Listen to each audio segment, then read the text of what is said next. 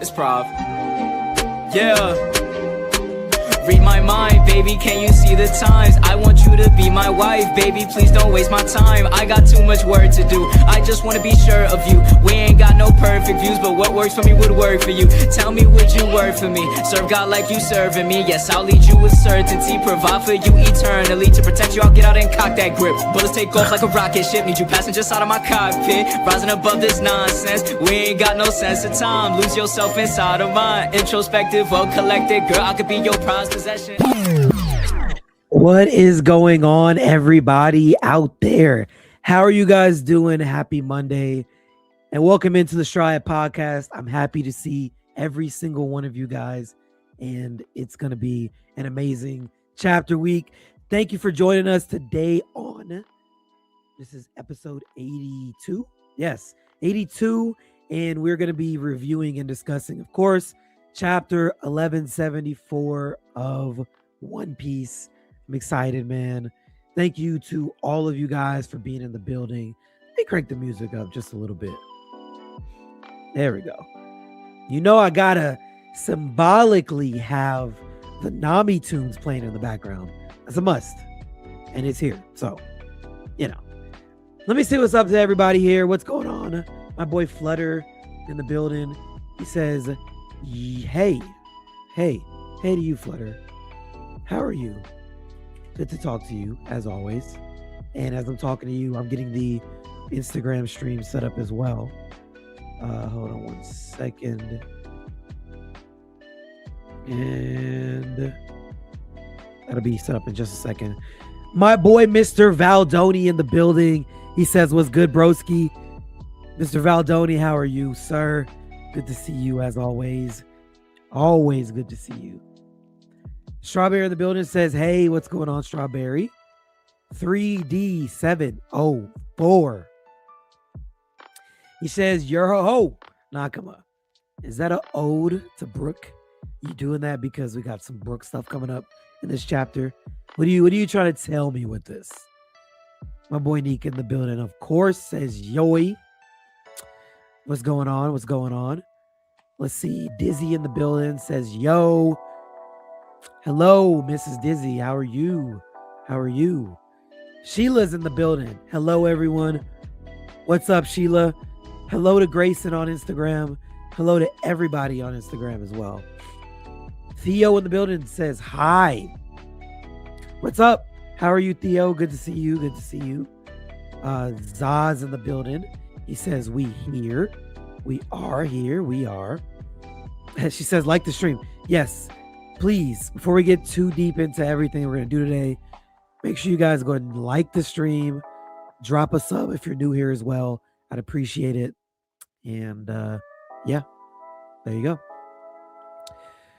Theo says, let's go, Nami. Man, of course. Of course. Look, there's someone that has to stay close to my head. And she's looking at you guys just to let y'all know that it's real. Nami. And excuse my nose, my daughter. You know how it is when you got kids, man. Now I got a runny nose, but it's okay. The show will go on. Grayson says, I finished a live action anime for the third time. Oh, you finished a live action for the third time. Cool. Shout out to you. Leanne, how are you doing? Good to see you on Instagram as well. And Ta. Good to see you too. Hello, hello. Let's see. Zah says, let's get it. Good chapter. Let's see. Let's see. I'm looking forward to it. Dizzy says, miss, no ring, and not looking. Okay. Now I know. Hey, man, you got it. Well, Miss Dizzy, for sure. Hello to you, though, of course. Comment and subscribe. Yes. Trip in the building. What's up with the flame, the weed, the blow? Is that a fish tank? Every time I see you put it up, it looks like a fish tank. And there's no way you're putting a fish tank with this. Unless you're just like are you like a Fishman lover? Because I know you're a Robin and a Shocky guy. So is that an aquarium, bro? It just doesn't fit you. Let me know in the power flag. He says, what's goody? What's goody with you, man? Oh yeah, there you go. See, Nightbot's reminding y'all, like the stream. Go ahead and hit the like. Hit the like. Hit the like. In Shamrock we trust. For sure. For sure. Sabo in a few good minutes. Crazy. Dizzy says it's smoke. Hold on. Oh, it's a shot glass. Okay. I'm like, it looks like an aquarium on my computer. And like, Trip's not going to be put in an aquarium. That doesn't fit him. Okay. Shot glass does fit him, though. Got it. Thank you. Thank you. Guys, we got a lot to talk about today. And of course, we're going to be getting into the chapter.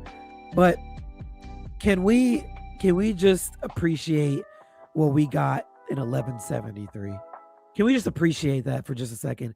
Because I think with so many good chapters back to back to back, it's hard when you don't take time to appreciate what Oda's giving you. And I apologize again for my nose because my daughter was sick and she wanted hugs from daddy and kisses from daddy. So, you know how that goes. But can we appreciate what we got? We got a plan from Mosshead, which, of course, mainly was slicey, cutty, which is what I thought it would be. But we got a plan from Mosshead. Then we got the 3 of the new giant warriors teaming up for an attack. Like, yo, hello. Yes, it's freaking amazing. That's what I was waiting for. That was the highlight of the chapter in 1173 for me. So I'm loving it. And then, of course, we end the chapter of 1173. We've got Summers with the shocked face. So I'm curious to see what happens in this chapter for him. That's going to be pretty interesting. What else were the highlights? We got a new named attack from Zoro crossing the 6 paths in 1173. Hello? Slicing up 6 Domi reversey giants at once? Yes. Amazing. What else were the highlights? We didn't get the Hyrule speech was in 1172. So we didn't get that in this last chapter. But still. Oh. I'm tripping. Oh my God. 3D's gonna hate me. Sorry, 3D. I know this is your guy. I didn't mention. Really, this should have been the highlight of the chapter. Brook stood 10 toes with a shield, and he might just end up tanking a Conqueror's Haki infused attack from Gummu. I don't know. But all I do know is we got a lot of highlights. Oh, I forget. Usopp last chapter stood up and he's got hard eyes for the Giants. Yo, there's a lot of stuff that happened in 1173. So again, I try to stop and just appreciate what we got before we go on to more. We got the Dark Nika image. Agreed. Dizzy, you're spot on. I mean, we're cooking. Like, Oda's cooking. So we already know how he does, which I see Dizzy is on it. Oda likes to give 3 or 4 dope chapters before he goes on break. You're right. But the last chapter for the break chapter, which we're about to read right now, I know is always a banger. And I've been told that it is. So I'm really, really looking forward to it. So Za says, we got 16 watching. We need more likes. Hey, yes, please. Hit the like button. We're about to do a live reaction for the chapter read.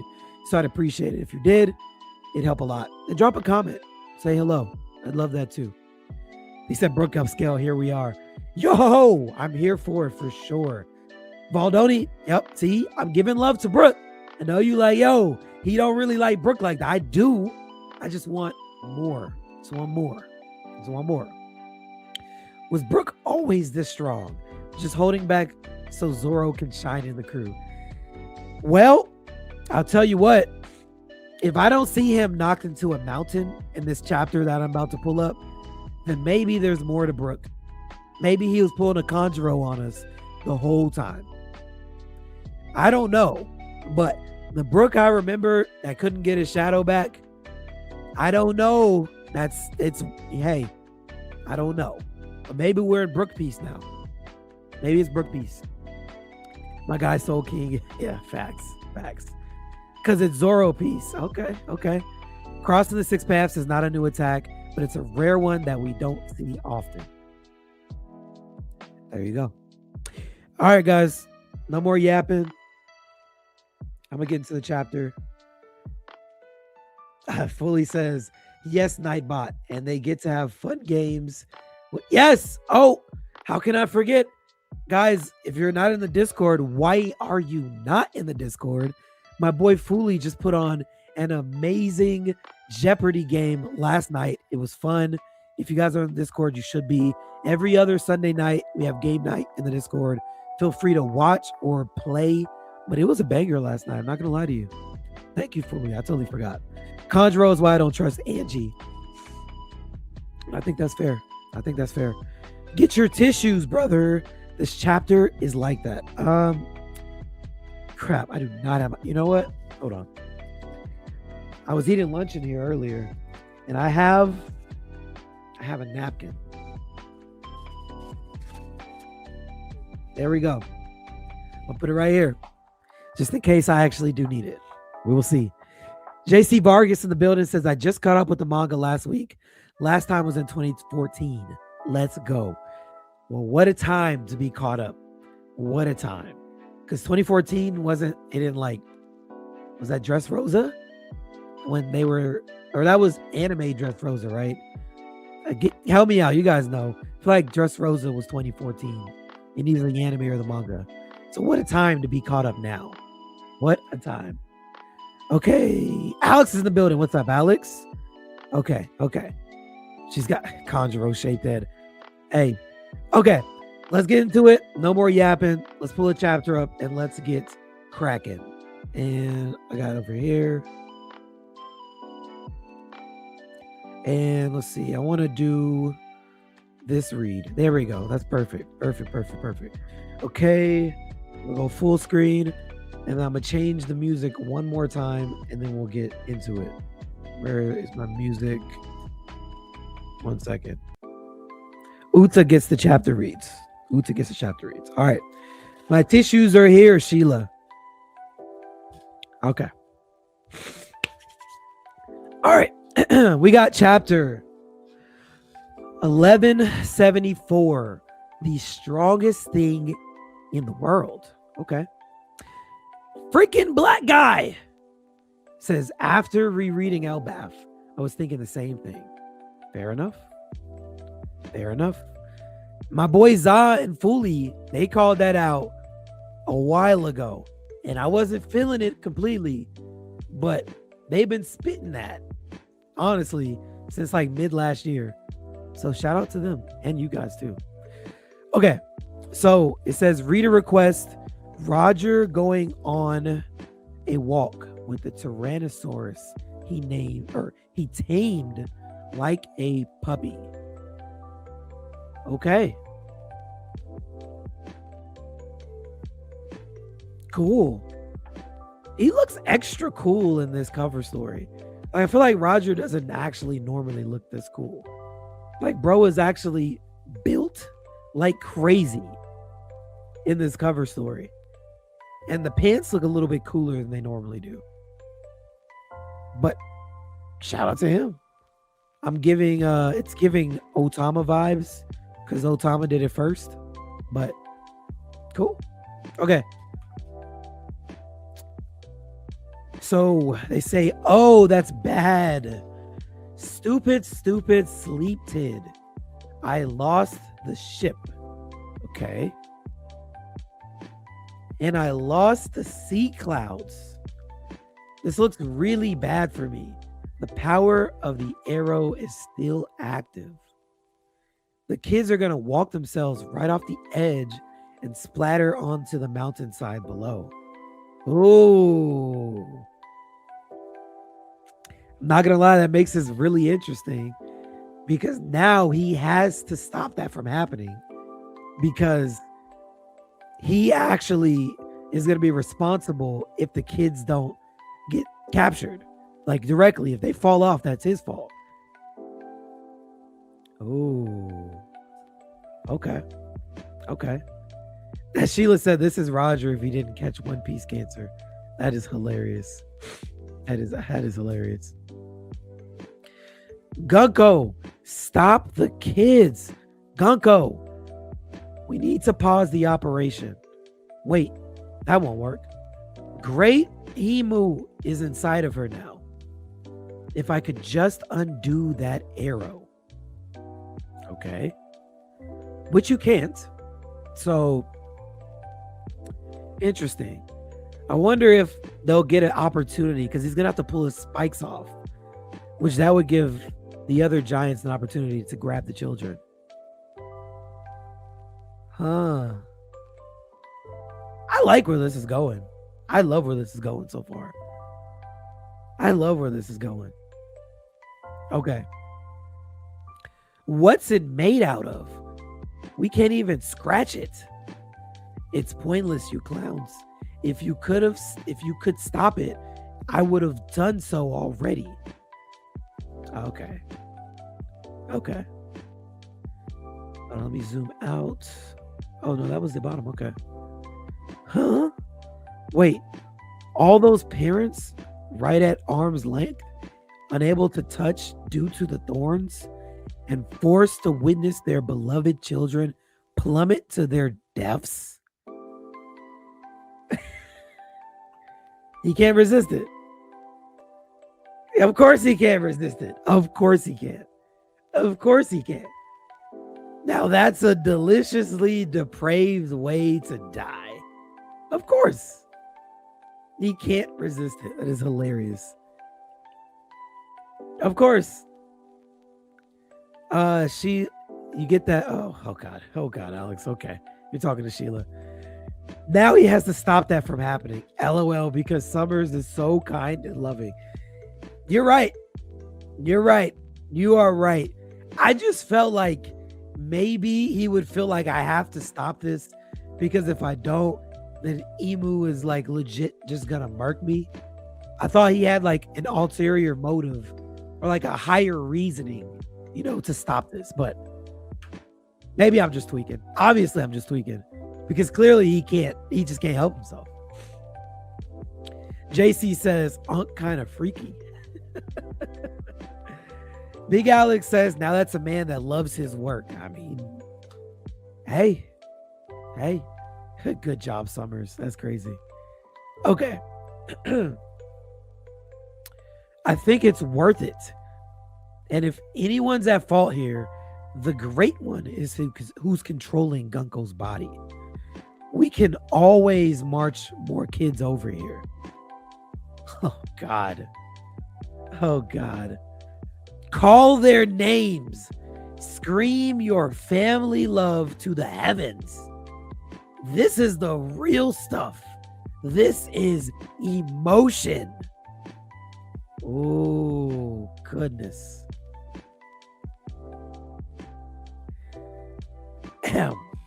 Listen up, all you brats and PTA members. We were planning to have you taken safely and smoothly to the Holy Land, but due to an unseen accident, we seem to have lost the ship and the sea clouds it rested upon. Okay.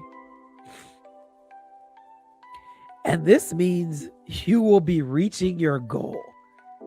There's nothing there. Via the tragic conclusion of falling to your deaths. Oh my God. Oh my gosh. That's so crazy. If we keep walking, we're gonna fall off. Okay. There's no way. Oh, okay, my bad. There's no way I'll let them keep going, even if I have to give up my arms to do it. Okay. Okay, Oimo. Grandpa Oimo. Oh, I'm afraid there's nothing you can do. What does Summers think he's doing? It took forever to get these kids to the port. Okay, so he didn't. Okay, obviously. Now I see he did not take the thorns off. Got it. Ah, it's crazy, man. And look at freaking Killingham. Killingham looks pretty tough. He looks pretty freaking tough, man. I love it. The fit, aura, freaking helmet. I'm digging it. I'm digging it. Let's see what y'all said. Summers made a beautiful line so dark and twisted. So true. Summers loves Kanye, confirmed. Y'all just hate people that love their jobs, whether it be Summers or Angie or Saul. Okay. Bro really want to say hilarious. That's facts. Facts. It's crazy. Killingham is regretting his coworkers and yeah, for sure. It's funny and sad looking at the blunder. Summers would save them, but he can't. Summers is committed. Love it. Is Killingham flying? I can't tell. It looks like he could possibly. I don't see ground underneath him. Let's see. 3D says, is he a dragon or a horse? What was they showed us the fruit. I think it was like a horse type of fruit. It was like model Kieran or something. I'm pretty sure that was his fruit. Kieran. Yeah, there you go. He's a Kieran. Exactly. Thank you, Alex. He's a Kieran. That dude always looks like he's flying. Yeah. Yeah. Dragon. Yeah, I know it's a Kieran, so yeah, for sure. So more like a giraffe. But he's built like one, I guess. What even is a Kieran? Well, hey, how about we look and find out? I can tell you exactly what it is right now. Give me 1 second. I don't know. I just remember seeing it was a Kieran. Okay, a Kieran is a mythical hooved chimerical creature in East Asian folklore, symbolizing prosperity, good fortune, and purity. Often depicted with a deer's body, dragon-like scales, and a single horn. It is considered a benevolent, gentle creature that appears only during the reign of wise leaders or major auspicious events. So they said it's a deer that looks like a dragon. It's a chimera. So there you go. There you go. Okay. Where was I at? We already read this. Okay. We're done with that chat. Oh, that page. Okay. Got it. Let me zoom in. Okay. So he fell and he wasn't able to get them because he got stabbed. Ow! Stop it, Grandpa Oimo. I'm sorry, kids. Forgive me. That settles it. As long as that arrow doesn't disappear, there's no way to stop the children for sure. Okay. So we can't save them anymore? Oh no! All we can do is watch helplessly as our children plummet off the edge before our eyes. If they fall into the underworld, we'll never even find their bodies. Now I know what's happening. Because we have two guys down the underworld right now. I got it. That's why Luffy and Loki didn't come up. That's why. I got it. So they probably are going to fall off, but they'll just get caught by Luffy and Loki. Got it. Curse you, foul demons. I think heaven is punishing me for doing bad things. Huh?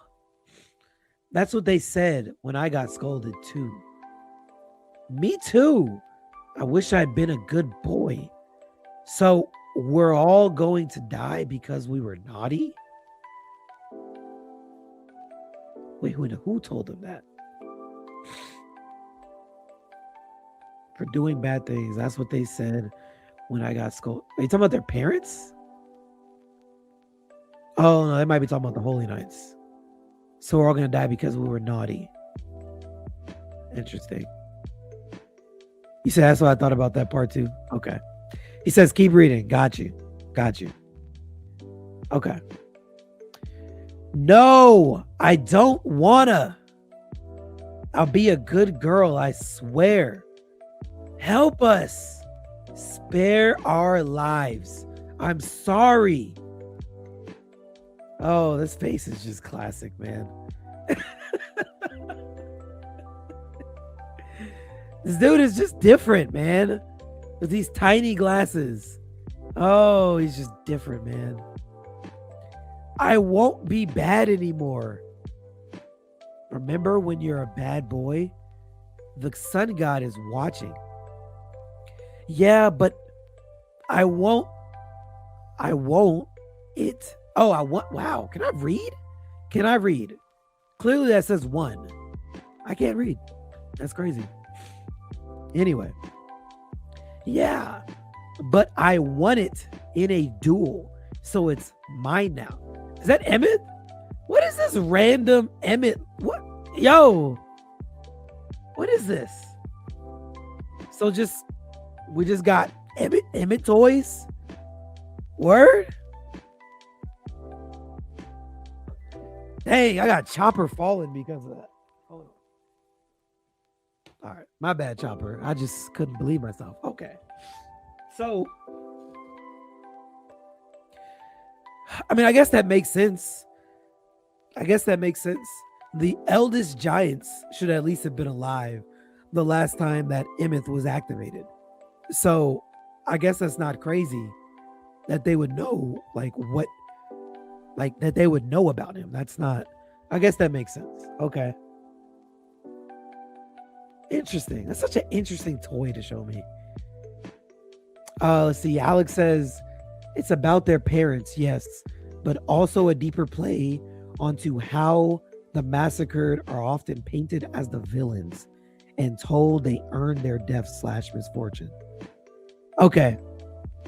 That makes sense, because I'm like, that seems like something kind of wild to have kids like saying as they're about to die, you know? But okay, got it. Yeah, you won't be bad anymore, just fall down. That's crazy. The fact Dorian Broggie and the Giants didn't comment on Emmett when they were at Egghead is making me mad. Fair. That's fair. I'll just chalk it up to, you know what? They just weren't thinking about it. Because they should have, ideally, right, in my head, if this Emmett toy has been around for that long, then they could have seen it. They could have seen the toy and be like, oh, you look like the toy that's passed around our village, you know? But I'm not upset that they didn't say anything. I'm okay. I'm cool with that. So Colin has one and Wapple made one. I didn't even peep the Emmett figure. Yep. Harold was alive at the time. He might know something. Yeah, that would make sense. That makes sense. Dorian Broggie, like Harold, are younger than Emmett's last activation. Fair. I'm just saying that this toy could have existed in been passed down and played with. That's where I was going with it. I wouldn't imagine that they would have really been around to be able to understand what was happening. But he was in Merijois, and the Giants weren't allowed until Harold 50 or so years ago. Nika said he's a dragon, the Kieran. Yeah. Okay. Got you. Okay, so she's saying, remember when you're a bad boy, the sun god is watching. Okay. Got it. Okay. If you're that strong, you should be gentler to the weak. Now go and apologize. Okay. Why did you leave so much on your plate? Do you hate my cooking that much? But the carrots, hey, don't take your father's sword out again. I hate you, Grandpa. You're a barbaric pirate. Why did you lie to me again? How can I keep you safe if you won't be truthful with me? Why did you bring that to school? I forgot my homework on purpose because I didn't do it. Wow. Okay, some bad kids. I'm not gonna lie. It's some bad kids. She said some of these aren't even bad things the kids did. I mean, in fairness, though, like this one playing with a sword. I mean, I don't know. Now, granted, you're not eating the carrots, but you playing with a sword. Yeah, I'm not with that. Then your little kid calling you a barbaric pirate. I'm not gonna lie, bro. Where's the belt? Bring me the freaking belt, dog. Like, you're not about to just talk to me any kind of way. You're still a kid. So yeah, bring me the belt. For that guy, he's getting the belt. She lied. Yeah, you might need the belt too. I'm not gonna lie. Because she looks like she's a little mischievous. She does look like she be telling lies. And she's like the type of kid that's like, yo, I didn't eat the cookie. Or they got cookie crumbs on their face. Like, yo, you might need the belt for that. I'm not gonna lie, you might need the belt. And JC says the ginormous belt. Hey man, we got a bunch of giants around here. Surely we just take one of the belts off of them and use it. You know? Why did you bring that? Okay, I already read that one. Okay. Now I don't know what he brought to school, but you know, you should did your homework, dude. Okay, so the kids are walking. I don't want to die. Mommy. Oh, no.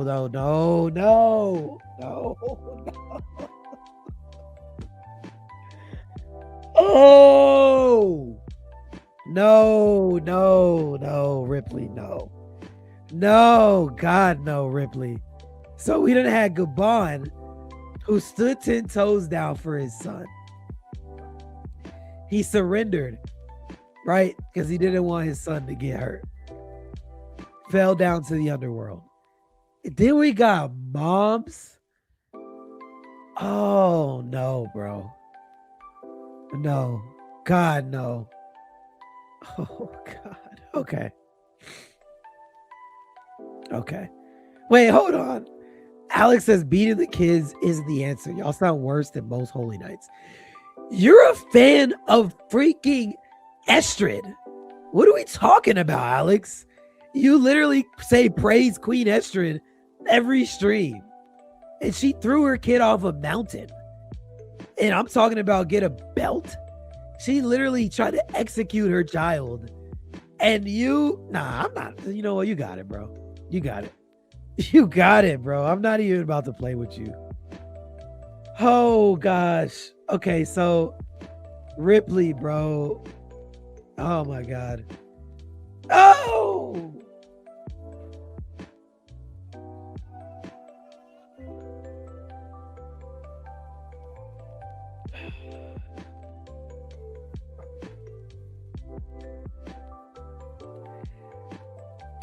Oh, God.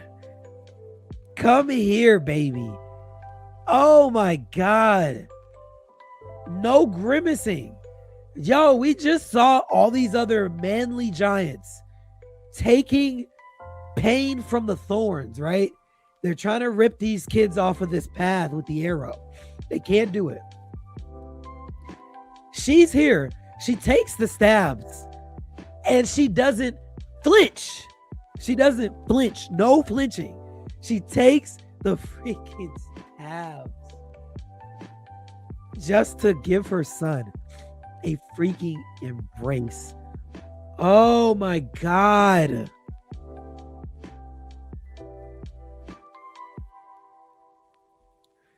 Yo, this might be saddest panel of the year, bro.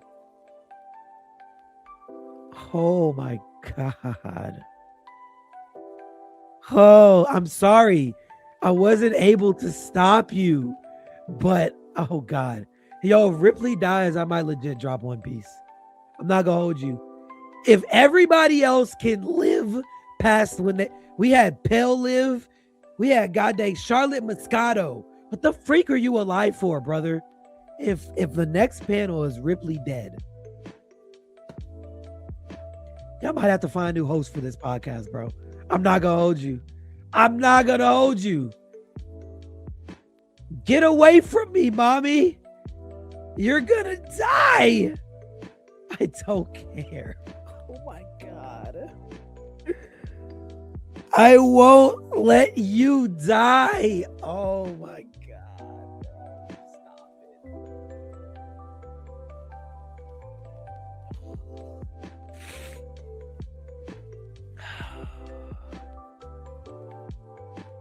Oh my God, no. Bro, I swear to you, if Ripley dies, I might have to get a new. This might become like what y'all think, like a My Hero podcast? What we gonna talk about on here, man? We gotta find a new show. Die alone. Oh, I didn't even see that part. I thought it was just die. Why won't you die alone? Oh my God. Oh my God.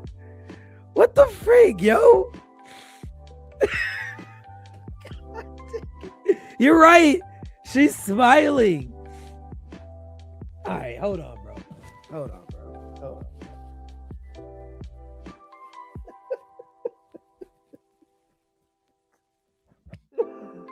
Oh!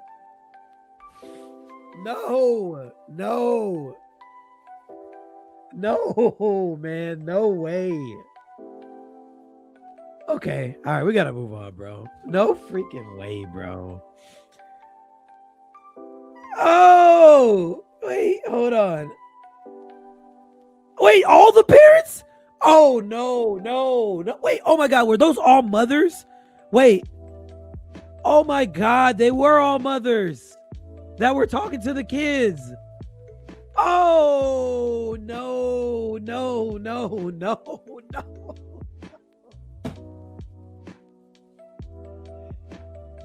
They were all mothers. I didn't even peek that.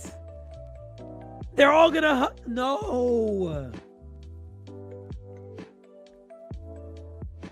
Oh my God. Good. Oh my God. Look at this guy, man. Look at this freaking guy. This is crazy. Yo. Look at this freaking guy, man. This dude is just in tears laughing. Don't worry, everyone. I'm sure we'll turn. Oh, God. No. That's the girl that was willing to sacrifice her. No, bro. This doesn't. The fact that my nose is already running does not make this any better. It doesn't. It doesn't, bro. Oh, my goodness. Don't worry. Don't worry, everyone. I'm sure we'll turn out just fine.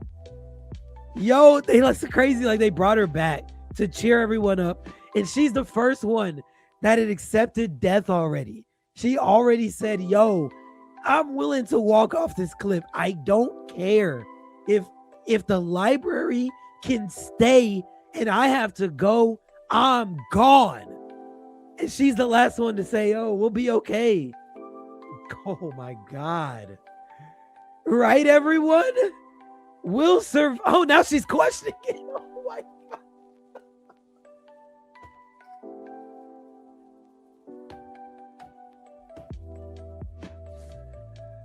Oh. God dang it, bro.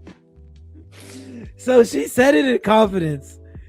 I'm trying to laugh so I don't cry. Like, it's freaking crazy. She said it in confidence on the way out. But now, as she's falling, it's starting to slip a little bit because she knows that this is legitimately it. And she's trying to comfort everyone. But she's scared. What is up with falling off of mountains to the freaking underworld with kids in Elbath? Is this just how they do kids in Elbath? You just have to go off of mountains. The blood splatters in the air. Ronja! I heard you earlier.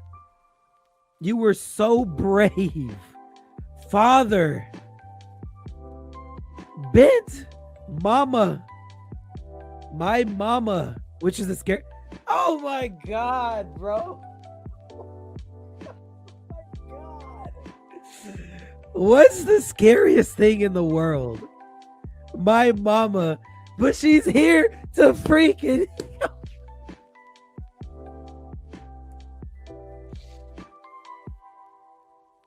She's here to literally hold you off the cliff so you don't die, and they don't understand that because they're freaking kids, yo. Oh my God. That's so crazy, bro. That's so crazy. That's the thing about kids. They don't understand that you really love them for real. And like everything that you do for your kids, they don't get it. And they don't get it until it's time for them to understand. So as a parent, this hits a little bit different because I got 2 kids, right? And sometimes they might not understand how we go about things, but those things need to happen. But they're not going to get that right away. So in the moments when they need to understand it, they'll get it. This is the moment he needs to understand it. He thinks, yo, mama's just mean. She don't want me to do this. Don't want to go nowhere. All right, cool. In your last moments, mama gonna go out with you, bro. Mama gonna go out with you in your last moments. And you don't get to understand that until it's time to go. God dang it.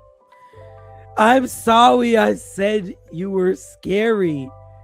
That's fine, darling. Sometimes mama needs to be scary to keep you safe. That's what I said. That's what I said. That's what I said. These kids don't understand, man. Kids don't freaking get it. But you still got to do these things for them, man. You got to love your kids. Freak. Gotta love your kids, man. Alex says, stop blaming the kids because you can't cook and unfairly punish them. This is the parents' fault. Okay, you got it, bro. You got it. No. Hold on, wait. I actually got to address that. Hold on. Hold on. Let me address this because Alex.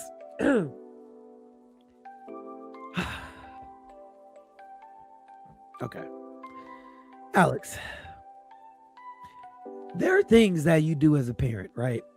There are things that you do as a parent that your kids will not understand. Maybe you can't cook, right? Maybe you suck at cooking, and maybe you punish them because you grabbed the sword out and you weren't supposed to because I don't want you to get hurt. Keep it a being with me, right? Is you not being able to cook more important than those kids getting food? Right? Which one is more important? The fact that the kids get fed or that the food is the most delicious meal in the world? Because I'll tell you right now, when I was growing up, we ate a lot of Hamburger Helper.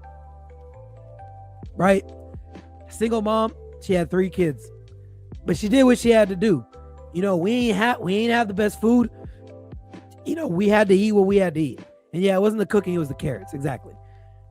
But we had to eat what we had to eat. You know, we grew up with welfare. We didn't have everything, but my mom made sure that we had what we needed. So we still got punished for not listening though. And we didn't understand the disconnect. Now I just turned 30 January 1st. I get it.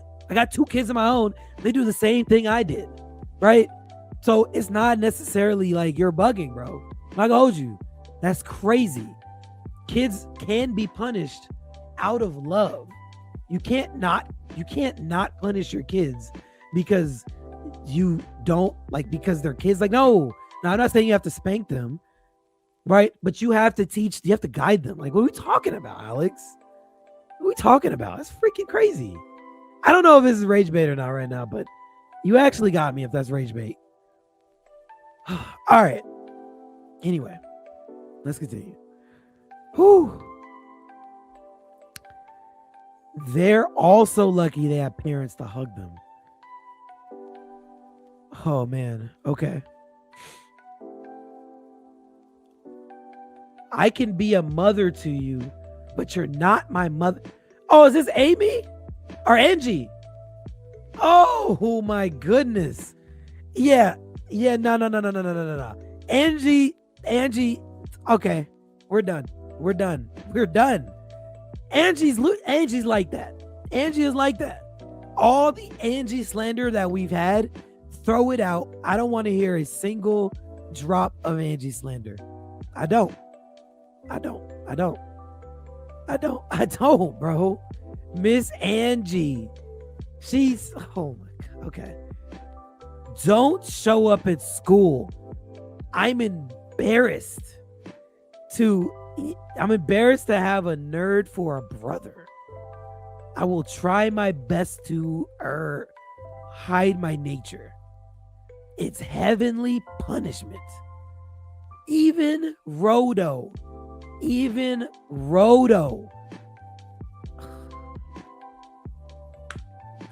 Ultra rare Yorn. Even Rodo. It doesn't hurt. Big brother. Oh my God. No, this is different, bro. Yeah. Look at that. Like scraps of garbage plunging down into hell. It makes my heart tremble. Oh, what a saga of emotions. It could have been just 10 measly brats if they only stood back and watched. Stupid mothers, stupid fathers, martyrs for love.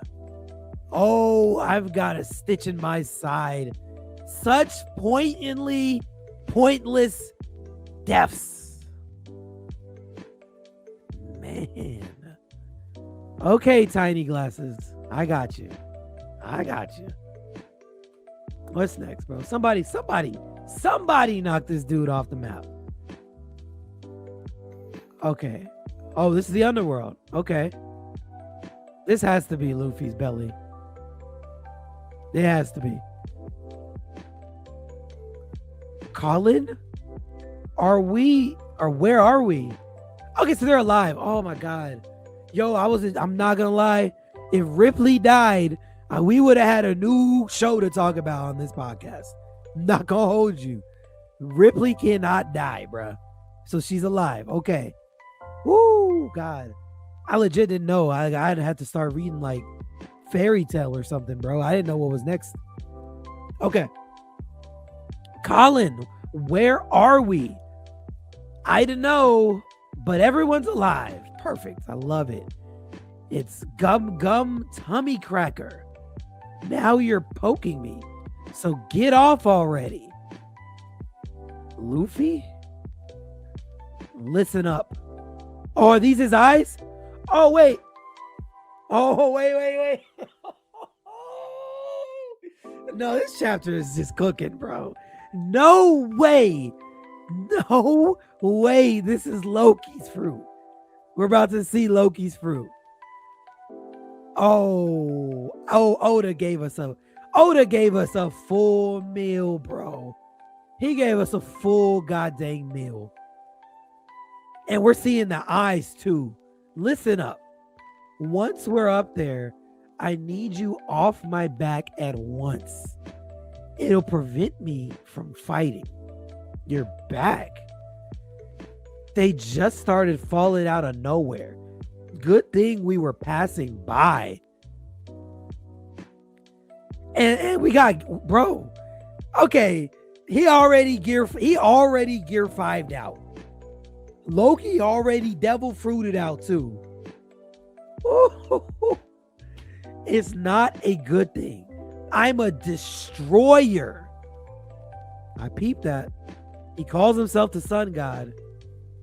He calls himself the sun god. Peep that. That was the first thing he told us. And he's saying he's the destroyer. Obviously, Luffy is the liberator. Okay. I won't guarantee that anyone survives. Now here goes. Okay.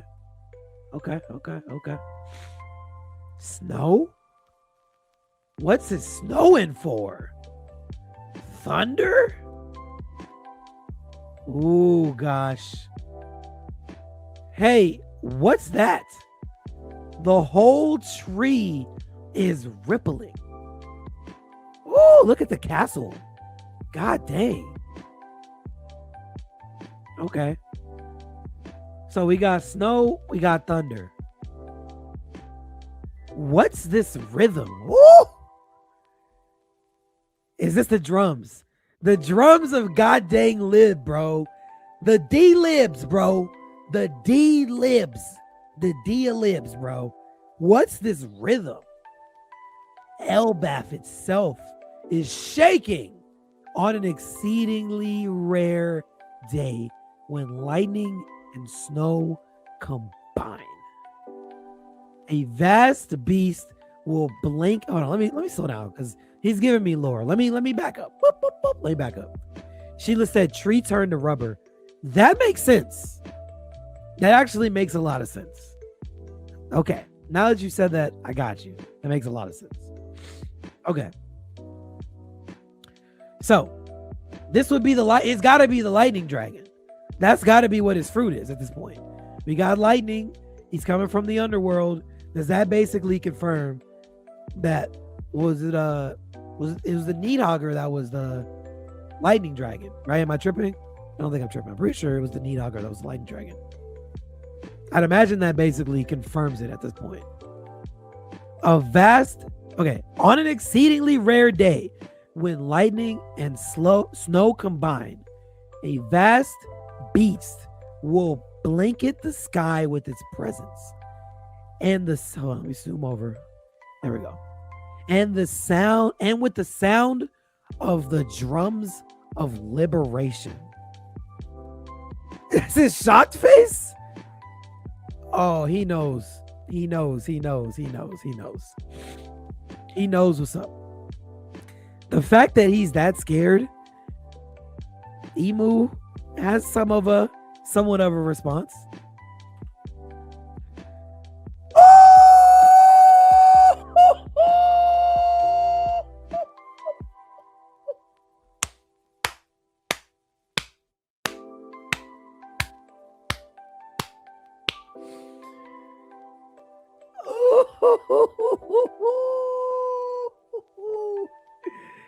Oh, this panel is nasty.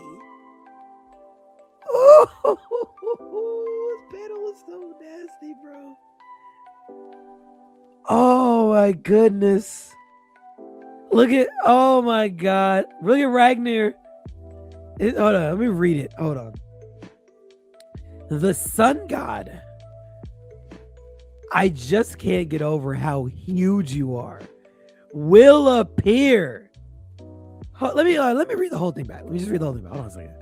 He said, on an exceedingly rare day when lightning, when lightning and snow combine, a vast beast will blanket the sky with his presence, with the sound of the drums of liberation. The sun god will appear. And they are both sides of the freaking Nika. Yes, freaking black guy, you're right. You're freaking right. They're using both sides of Nika's power. He already said it. He's a destroyer. We know that Luffy is the liberator. So maybe in a way, Loki was kind of right. You know, he told us when we first met him that he was a sun god. Maybe you're the other side. Oh my God. Yo, man, look at this panel. Okay, as the rest of the cast gets up here, Can you guys in the chat just let me know what you guys rate the chapter? Let me know what y'all rate the chapter down in the chat. Because I'm going to get my rating here in a minute when everybody gets up. But I'm so curious to know what you guys rate this chapter. Because there's a couple of chapters since I've went manga. And I've only been manga. Well, I say only like it hasn't been that long. But I got caught up with the manga at the end of Egghead. Like towards the end ish. It was like, yeah, it was like towards the end of Egghead. And there's a couple of chapters that I can remember in entirety just by the number because they were that good. This one, I'm adding it to the list.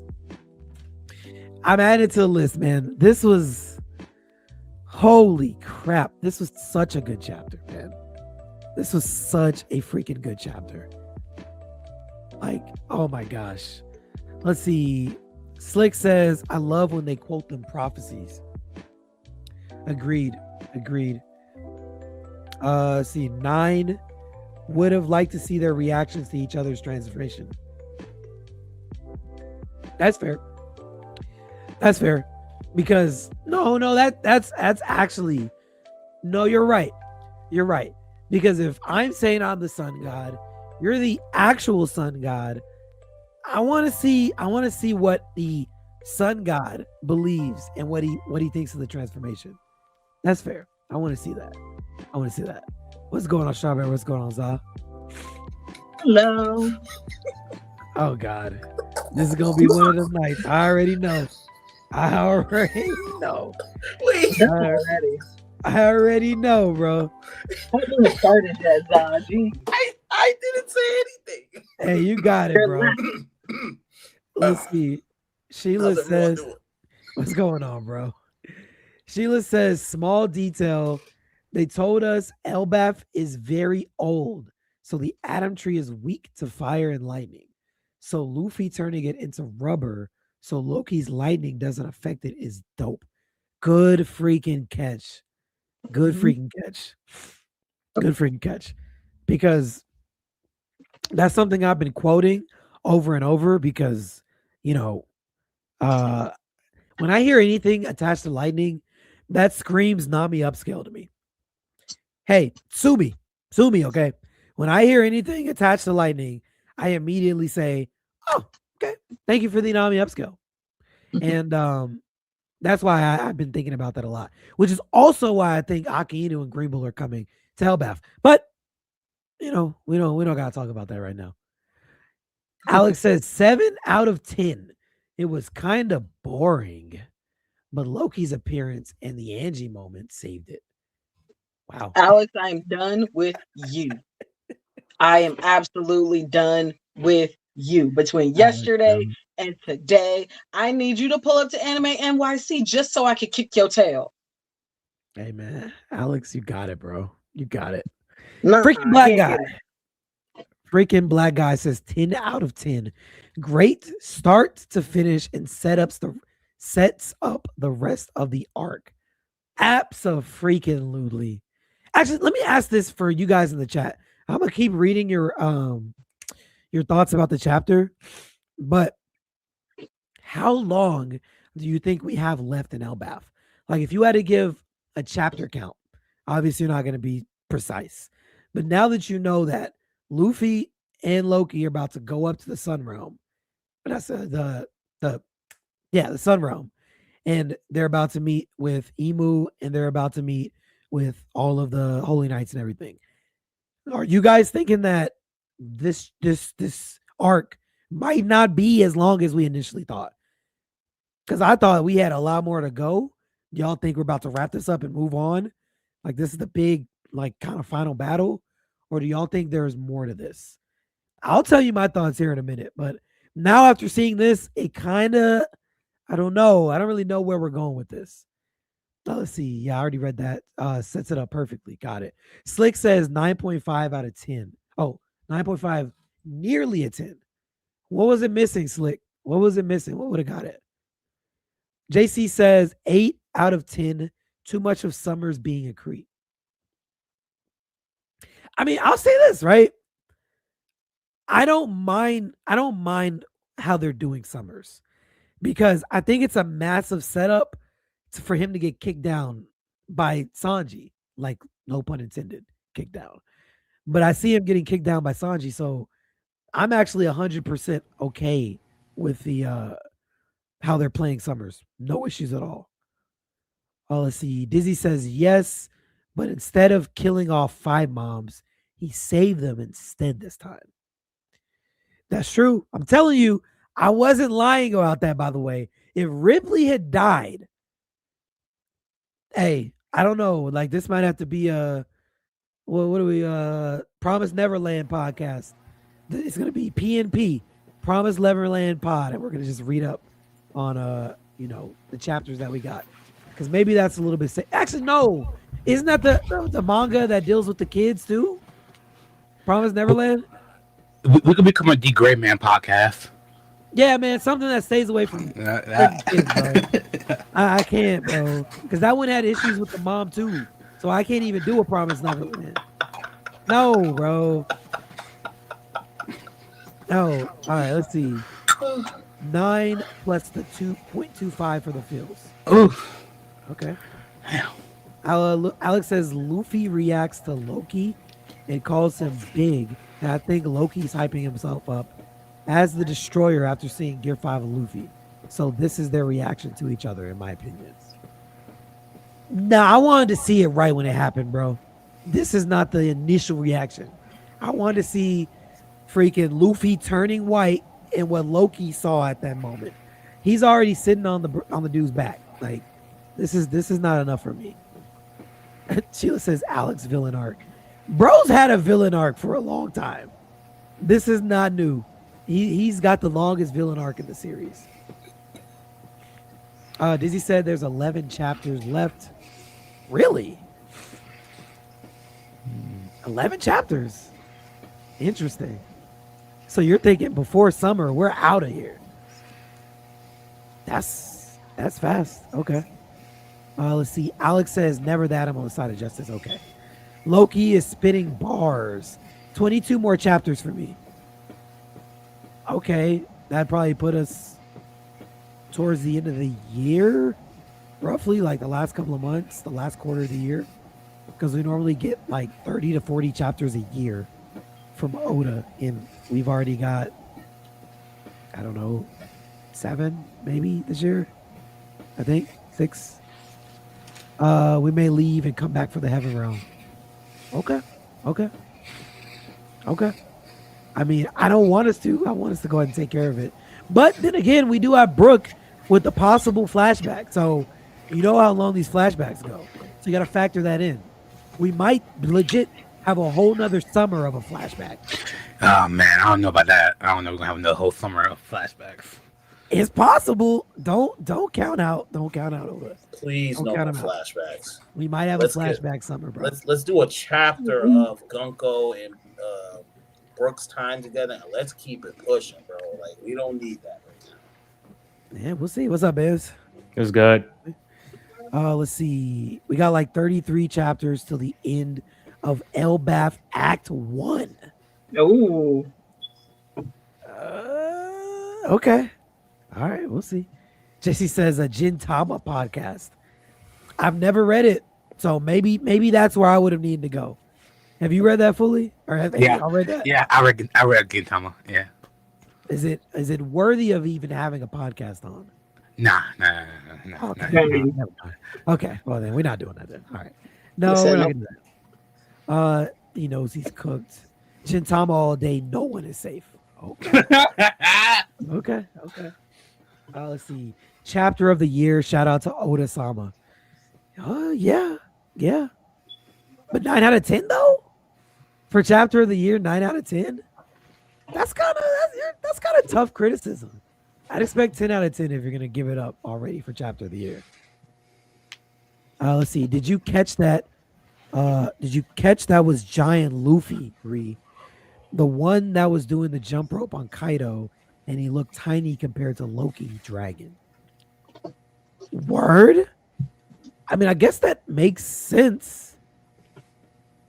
Ooh, Okay, then yeah, that's scary. That's scary. That's actually terrifying. If we get Brooks flashback, then that adds a few more chapters. Maybe. You never know where they go. We might get some deeper lore to Holy Knights or Emu. So they might run that that flashback up too. Because Brooke might know a lot more than he's telling us. A smidge more action or talking or ish talking by the good guy would have made it a 10. Jarul's little speech gave it a 0.5. 15-ish more better chapters for Elbaf. Okay. Okay, cool. Sheila says, how did Shanks capture him? I don't know, but I'm gonna actually send that question to Bands because Bands, you are a bigger Shanks fan than me, so maybe you have. So how I think probably would have like happened in that situation, right? So like what me and Kezi say, there's a lot of caveats to when it comes to fighting. So most likely what probably would have happened is either one, Shanks had like, used the hockey feet or was like, okay, I can see something crazy happening from this. So he's like, yo, let me just disarm him. Let me stop him before he transforms and just destroys everything. Or on the other hand, it could have been one of those little situations where it's like Loki wanted to see just without transformation with using Ragnar, hey, let's have a fight. And then Shanks just kind of catches him off guard too quickly before he can even transform and just uses a like straight up Conqueror's hockey attack that's like too overwhelming and he just knocked him out. Or there's like the third option, which, a lot of people believe is that, like he got jumped, which is like Ben Beckham, Yasub, Lucky Roo, they all worked together and jumped him. Any three of those could be the possibilities of what it is. But nonetheless, there has to be a caveat because, like I said, as much as I love Shanks, if Shanks just straight up one-tapped him in dragon form, like then you can't have a conversation without him just being like number 2 or 1. Like that's too much overwhelming power where he could just one shot this type of dragon. And mind you, he's like this big compared to him with one arm. Like that just doesn't look. That's just not something Oda would just make him just do. Like that just doesn't look realistic. Mm-hmm. Makes sense. I think it's interesting because we have like these little parallels between Kaido and Loki, and Shanks ended up stopping both of them at pivotal times. Yep. So do you think that there might be some type of similarity to how he stopped Loki and Kaido, or not at all? Like, it just depends. Just like statements, you know what I mean? Statements is kind of what paints the picture a little bit, even though if it's not too much. So like when we got the whole Shanks and Kaido, they just kind of said it was nothing in regards of like an actual full out fight, right? Like it was just like a little clash, a little this and that, and then they kind of just like agreed to go both ways. Shanks kind of convinced them to, hey, like don't go to Marineford. That's what it more looked like. I don't really count it as a fight. This one though, it definitely had to be a fight because of the simple fact that he's chained up. 2, he's like not healthy, and it's gonna take him like 3 months to get to full health. So something definitely happened along the lines between those two. But just overall, I just don't think. I'm just trying to picture it. Like, let's say we do get a flashback moment where like Loki's explaining what happened with him and Shanks. I just think it would just look too goofy if Oda draws a guy like Shanks and he's like this big and he does like a divine departure and just cuts his toenail. Like it just doesn't look right. And he just one taps him off of that. It just looks stupid. Fair enough. That's why I say, like, I know people are not gonna maybe not agree with that. Loki's like height and size is a hacks. Like that itself is a hacks. Like height to a certain degree may not be the end all be all, but when you're someone that's like the size of like 3 islands, if I do a divine departure, any of the top tier attacks, bro, it's only gonna hit like my toenail. Like it's only gonna hit my like pinky toe. Like how is that gonna overall hurt my whole body? That itself is like a hacks. You know what I mean? Yeah. True. Yeah. Okay.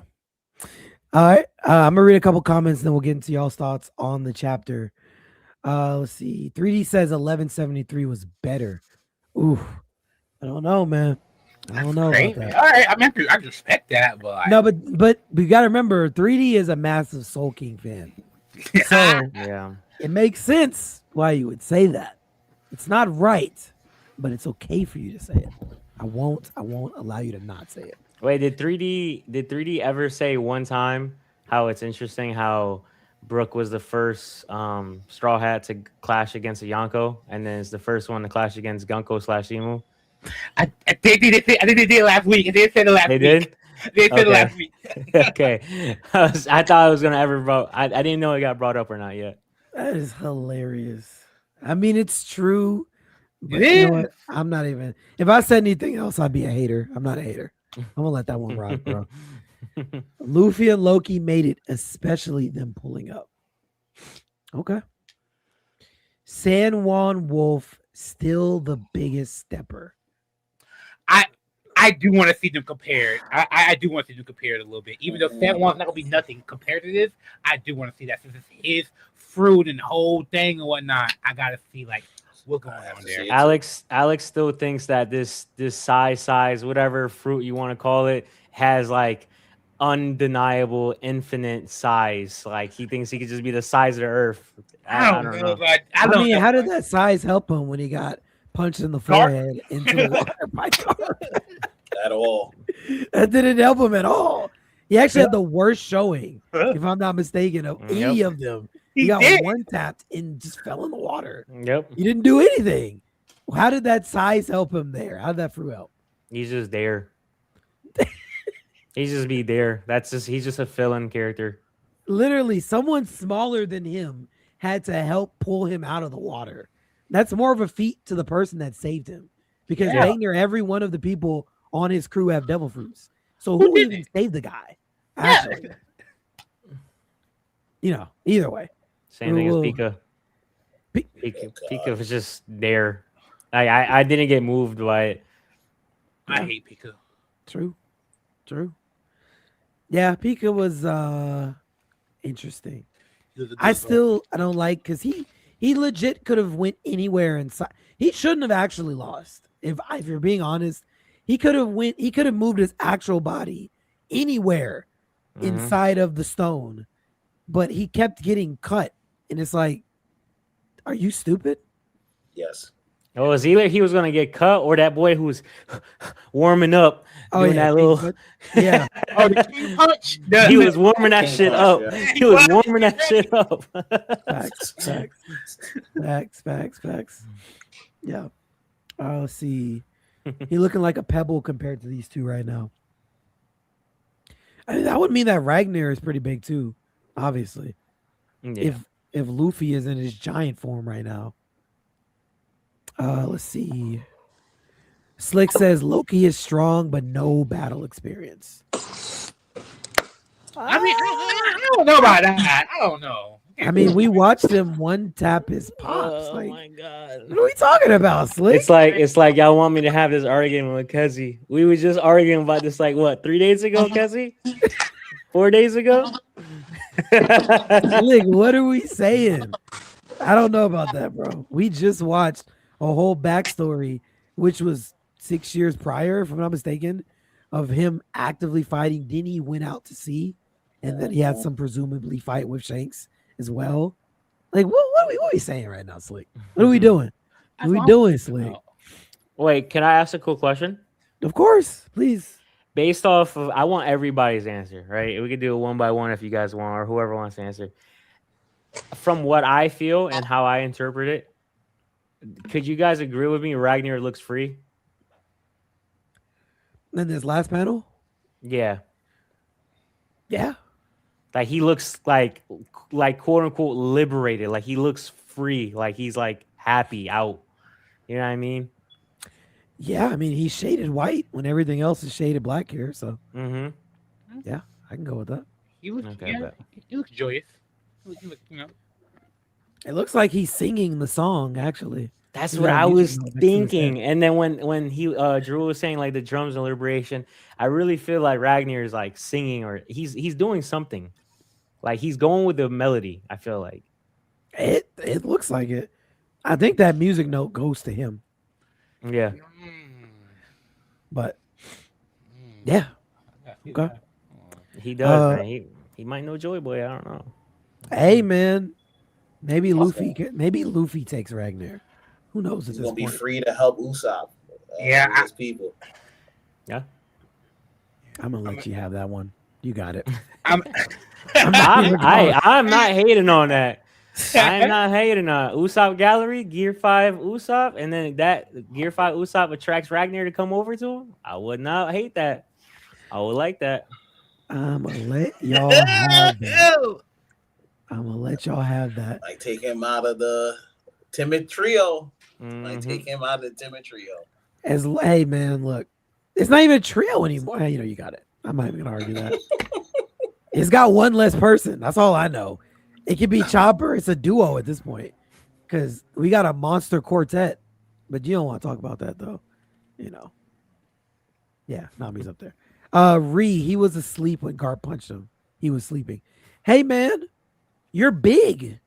You're big. That's all I'm saying. You were big and you got one-shotted into the water.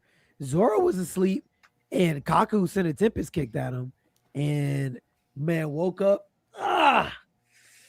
All right. Oh, okay. Ching. Look, man, I didn't see people sleeping and get up and was just fine. How do you sleep through a galaxy impact? Can we talk about that? The man hit the water. The boat was flying. You're crashing in. That nigga Galaxy old. impact. That nigga old.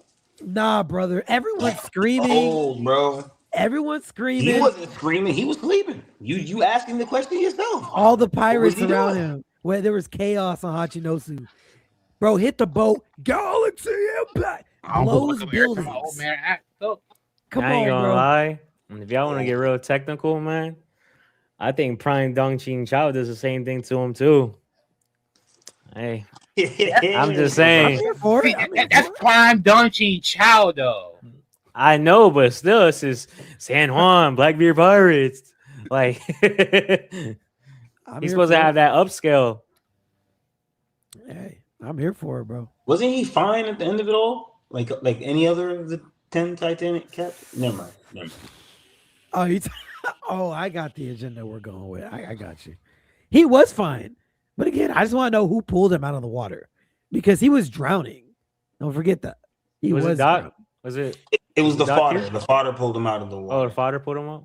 They literally were like, "Yeah, we got to pull him out of the water." Oh yeah. Hey, okay. All right, I'm gonna read a couple more of these so we can get started. Let's see. Where is that? Fourth option. Shanks used sea stone. Okay. Shanks is carrying Sea Stone with him. Yeah, maybe. I mean, maybe because of Ben Beckman. I hear people say that Ben Beckman just keeps Sea Stone bullets on him. I don't know. Maybe he got a reservoir of it. I mean, if he does, that may Ben Beckman's just. He the ultimate neutralizer. If he does that, he's just out here just. Oh, you got a devil fruit? Bam, you done. Bam, you done. Bam, you done. I'm telling you, man, I just don't get how we just don't use the technology. It just blows my mind. We got nails made out of it. No bullets. Come on, y'all. Come on. He probably has sea prism bullets. They don't have it at a plethora. Fully. It's not that we don't have it. It's rare. That's why you can only find it on Wano. Yeah, everywhere doesn't make the sea prison stuff. We put on the bottom of boats though. Yeah, after years of man mining it. You know what I mean? Yeah, that's why I made a well, we're creating a theory, me, Kezi, and Blue, that we think the reason why Buggy and everybody got sick before they got to Laugh Tale and all that was because like in the mist, it's like the pure, like purified sea stone. So like when they were trying to get near it, that's why all of them got sick. And so like if what Wano has is just like a rock, or like a deposit, there has to be somewhere that naturally makes it. So like maybe Joy Boy was like, yo, let's make this whole area protected by sea stone so that nobody could just walk in here at any moment. Some type, some natural like deterrent, natural protection shield. Interesting. They created in Wano by Mount Fuji. That's just how it works. They from the whole volcanic shit. That's how they make sea prison. Yep. Got to come from somewhere naturally. That's very interesting. Okay. Let's see. Helped him more than it did for Loki against Shanks after all. San Juan is still free. Okay. Alex is a big San Juan fan. I see. Yeah. Anime trash. Toei woke him up though, which sucks. Okay. I hear you. Let's see. All right. That was his one and only fight. He's talking about Loki. Again, he's strong, but that's no battle experience. Loki. Okay, wait a minute. So him beating the strongest person in the verse at that time is no, like, there's no, it doesn't count towards battle experience. Nah, apparently no. Apparently this Slick. is nothing.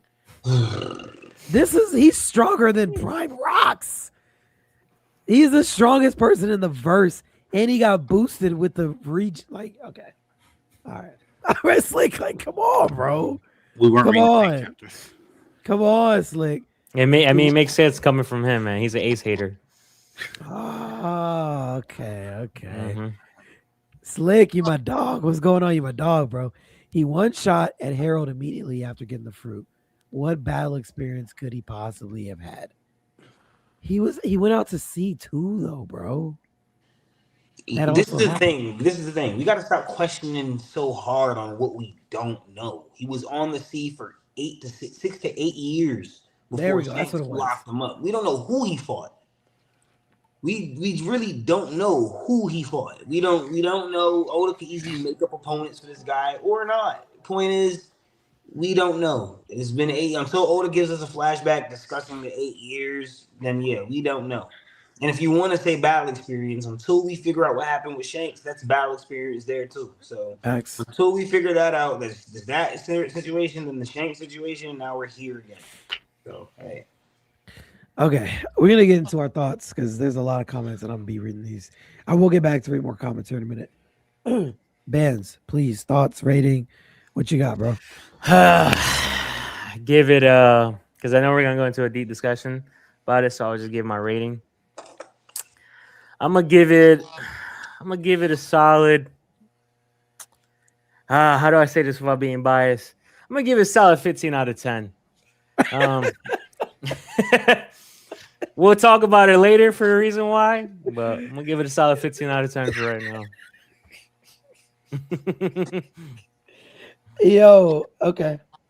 I just want to let you guys know, if y'all know me from Discord for a long time, I've had the picture of Loki's silhouette ever since it was revealed in the manga and in anime. I've had it as my profile picture. I've been waiting for Loki for years. My old username literally used to be Loki greater than Mihawk. That literally used to be my name. Still valid, by the way. Still valid. Strawberry, what are your thoughts? Absolute. I'm gonna go with Bands. 20 out of 10, and that's just for the moms and the parents. I dropped a couple tears during that. Ripley, my girl. I knew she was a good mom. I knew she was a great mom. Esther can stay dead because that's what a real mom looks like. I will die with my child. That is giving sorry, I'm mixing up names.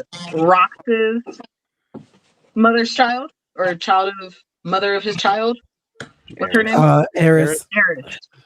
Yes, this is giving Eris. We are seeing exactly what Eris was doing or talking about doing.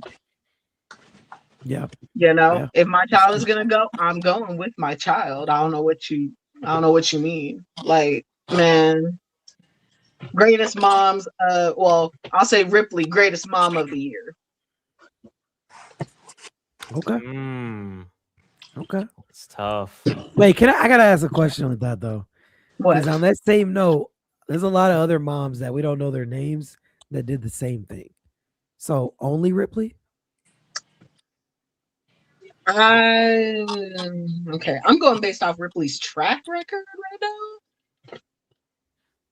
I mean, Because I'd even we don't know the other moms, and technically there were some grandpas in there as well, and some brothers, or a brother and a grandpa.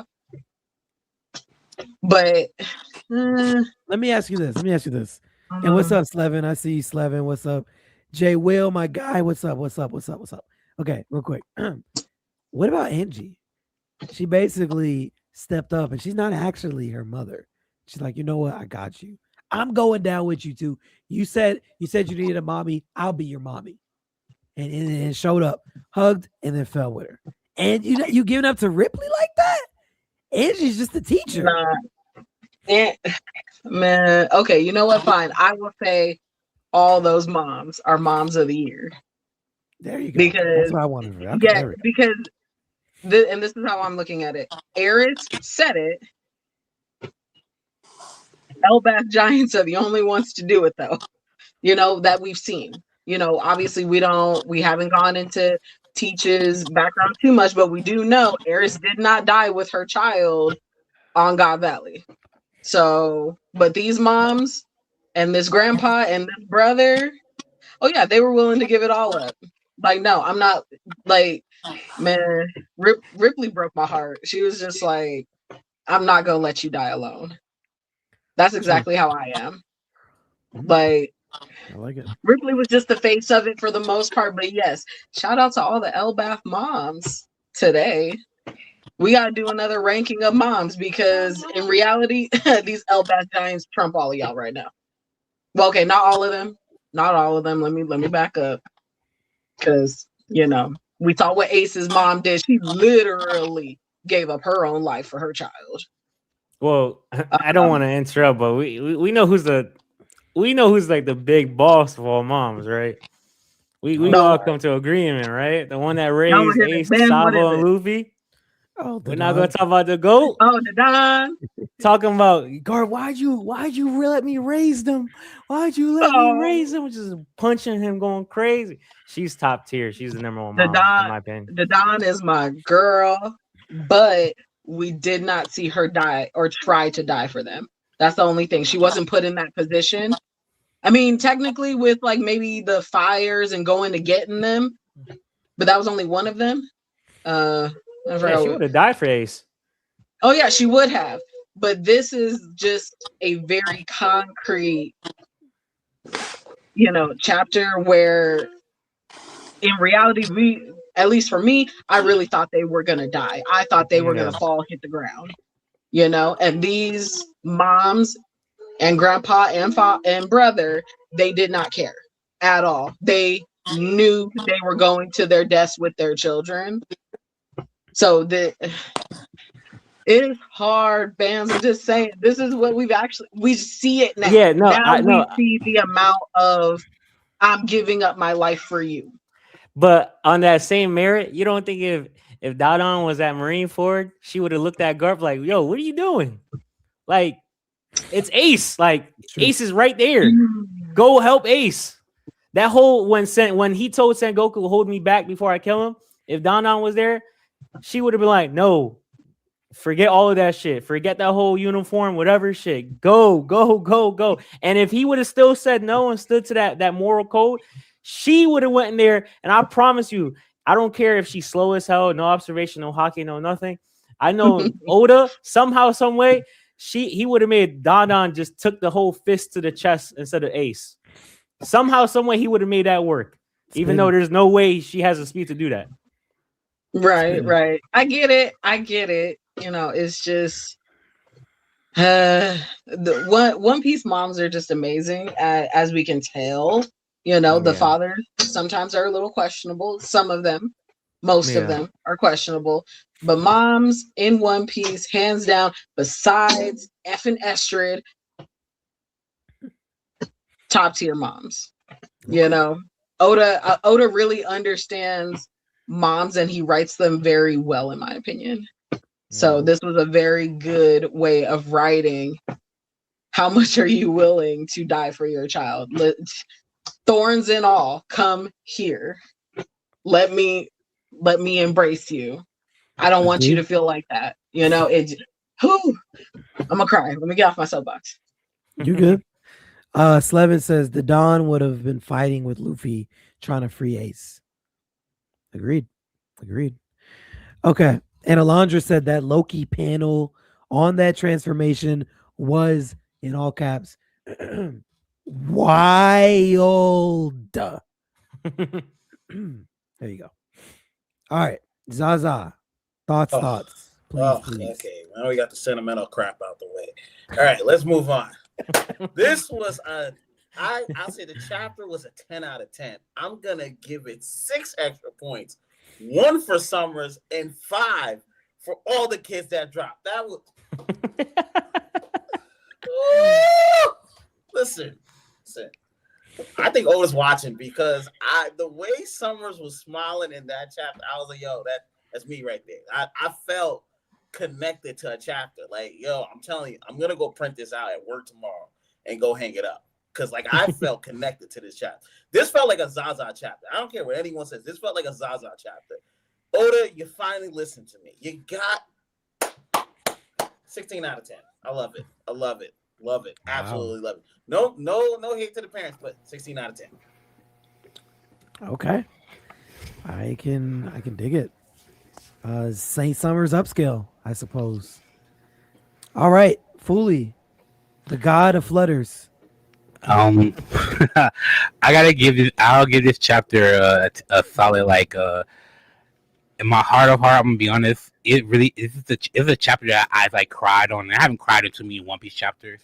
This one really got to me.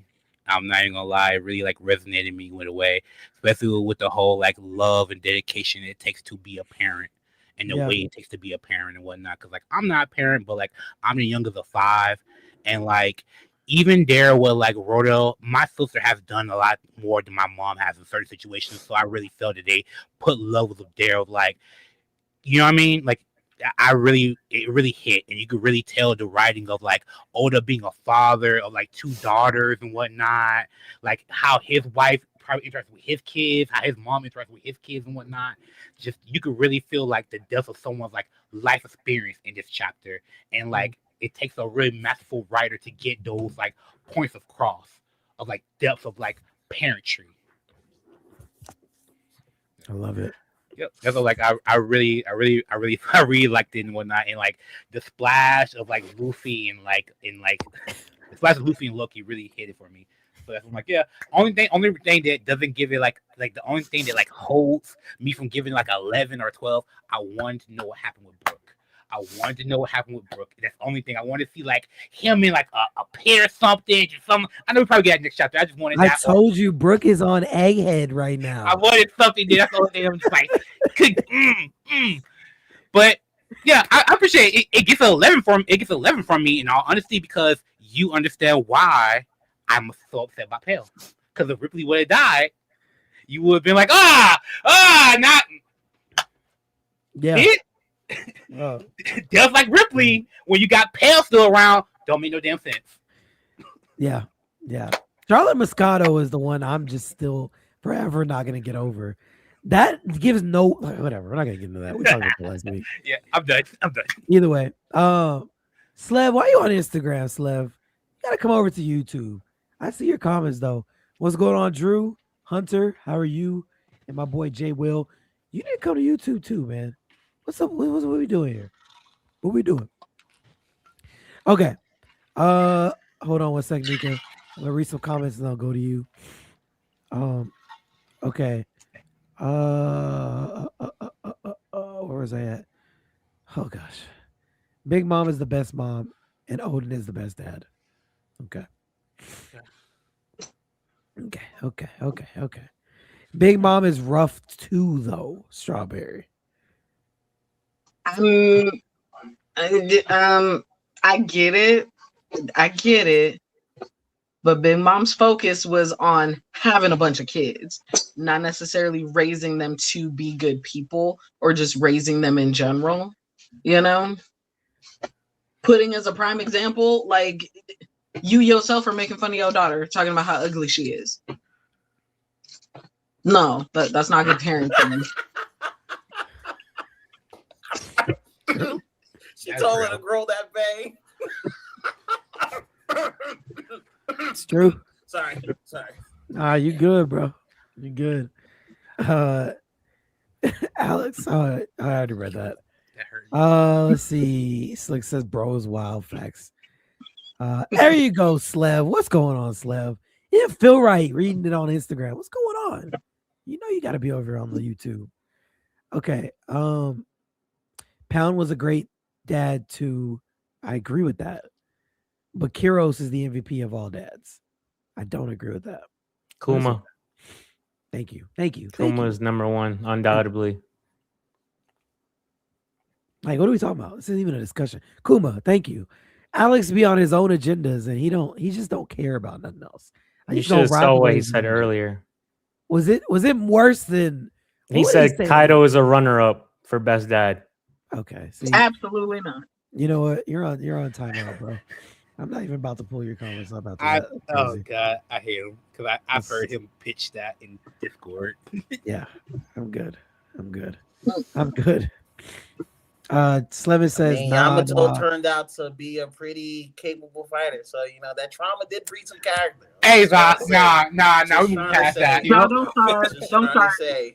Don't start that. Nah. Like Nico was saying, that trauma breeded a conqueror. So hey, let's not knock the Kaido dragon tree. All right, like let's not knock the jail treatment of it. Let's not do that.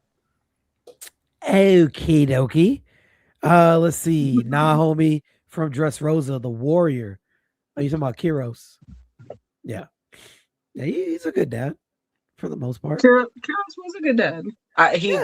Again, Kuma number one, hands down. Yeah, Kuma is the best person in One Piece. You gotta be dad. You gotta section it off. He's done too much. He's done way too much. He's just the best person. I don't even gotta. Don't give him a category. Just give him top. He should be freaking Nika, bro. He literally has liberated more people than Luffy at this point. I know you're gonna say, "Oh, he saved villages." Look, he's got one-on-one connections with all these people. I know you don't like that take. It's fine. Just let me have that. You don't gotta argue that take. Let me have that. Okay? No, I'm not arguing. It's more of a. I do want to know what is like Nika's true teachings and whatnot, and like does like Kuma the most closest to like following that teaching, or is there another character who's close to like that teaching and that walk of life? I am curious about that. That's it. Joy boy. There you go. What's going on, my boy Pat in the building, Mr. Young Fuji? Best abusive dad Kaido is. This is true. Danny in the building. Danny D boy. What's up, guys? Listening to the pod at work. What's up?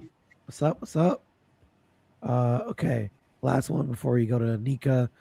Luffy's mom is the number one mom. Gave birth to a god and dragon. Greatest dad. Staying out of the way to make sure his kid got the best training. See, this is why Baldoni is my dog, bro. He's my dog. He's always spinning. All right, Nika, please take it away. He's a mid-tier dad, bro. He's a mid-tier dad. And I disagree. Nika, I need to get my pencil so I can take notes. Hold on a second. All right. I'm ready, bro. I gave the chapter a 10 out of 10. Okay. Yeah, it was dope. It was dope. A lot of emotion in there. A lot of emotion. Raw stuff. Gotta see more Summers. I don't know if I want him to be over with after Elbaf. I might need to see him fight a war. I ain't gonna lie to you. I might need to see him real scumbag. Yeah. Sun is in the arc with Emu and is subservient to Emu. Is like, you know what? This is Emu fault. It ain't me. Nope. This ain't on me. This on Emu. He's sitting there with gusto. I'm not even gonna hold you. He's giving me like Wapple meets Doffy type vibe right now, bro. And I'm here for it. I'm not even gonna lie to you. I'm all the way here for it. I like this. I like these vibes. I want to see a lot more Summers. Loki's devil fruit form, fire. And actually, strangely enough, because I had made a theory saying how Loki's devil form might be something mixed with like the Nidhogger nightmare with the Fenrir nightmare. Yeah. And Oda didn't give us the title card. And interestingly enough, the nightmare of the Nidhogger doesn't have black teeth. Fenrir does. Fenrir also has a lot of fur on its head. Nidhogger does not. If you look at the dragon, it actually has. I'm gonna pull it up while you're talking. Hold on. It has traits from both of them. Hold It on. legit has traits from both of them. It has a furry head, and then it has the Fenrir chin, while it has the Nidhogger snout, and still having the horns itself as well. You can zoom and see it right there. But if you want to do a comparison, you would have to actually drop the picture of Loki standing there with the nightmares.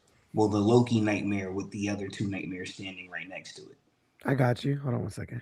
But yeah, Oda didn't give us an actual devil fruit name for this yet. And it would have made sense to give it the crazy reveal. But I guess not. Oda's still waiting. So I don't know what this is yet. And this does post a lot of issues for me. As hype as it was, this did have a lot of issues for me. Because how is this thing fitting in Aura's castle? Yeah. Good question. And when Loki first ate the devil fruit, he's supposed to have turned into this thing. And then assumed the hybrid form, supposedly. I don't know the order of it. I'm guessing all will be revealed.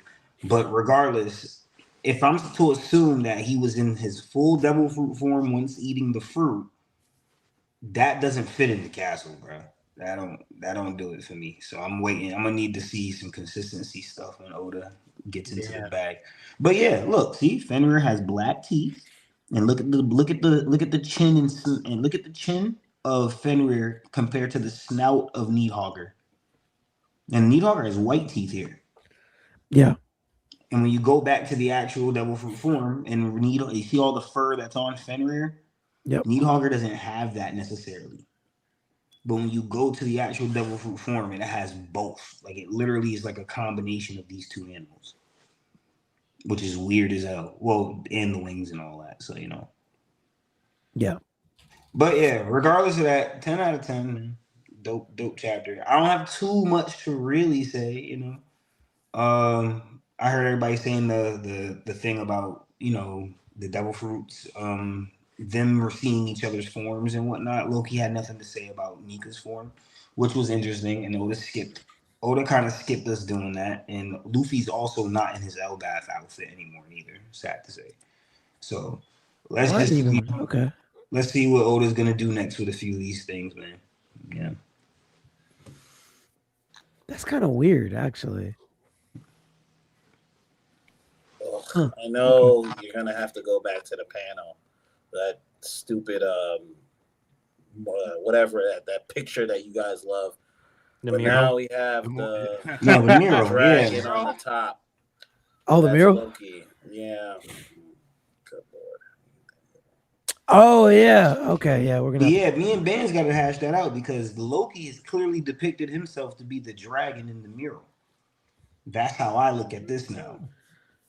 I think that whole thing, that big dragon flying is by the mural. I mean, it's by the tree. I'm looking at that as Loki until I see something even more clear than that. I'm gonna give that to Loki because it just looks like copy and paste. Boom, this makes sense. So yeah. So now you got to start matching in everything that comes with the mural and coming with this because the mural is happening right in this chapter. That's the whole reason why Ja Rule is reading the Harley text, and that is coming. Like that's what he's quoting is from the Harley text, and it's happening in his face right here, right now. So, hey, you know what I mean? Food for thought. Okay. Well, yeah, I'm gonna let y'all hash that out here in a minute for sure. I'm gonna hit some comments, and then I'll get my thoughts, and y'all can hash it out, and then we'll go from there. Yeah. Okay. Let's see what we got in here. Kuma wasn't supportive of Bonnie's pirate. Okay, yep. You know, hold on. Sorry, Alex. Sorry, I already saw the beginning. We're good. I'm gonna keep it pushing. Keep pushing. Yeah. I'm so slide right by it. Let's see. Yeah, Nika definitely cooking. Loki is definitely Fenrir. Okay. Wait, I just want to say something about that. There's two things I'll say. My whole theory was Fenhogger, just a mix between Needhogger and Fenrir. That was my theory. I don't know if Oda's actually doing that. I do think there's a strong possibility. I was joking. I'm not joking. I was, just being fun and creative when I made the theory. But now that I see how he created the form, and it actually has traits from both nightmares, I'm I'm really feeding into my own thought.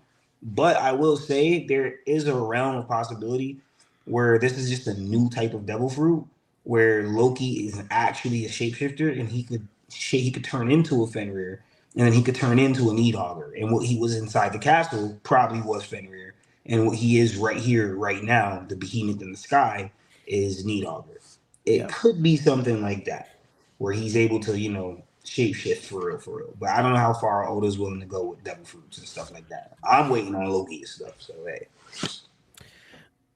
Okay. I agree. It's gonna be dope. It's gonna be dope.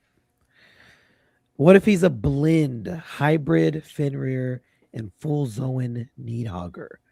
It was always a toss up between those two as far as guesses of his fruit anyway. I said that. Fenhogger. Hey. Hashtag.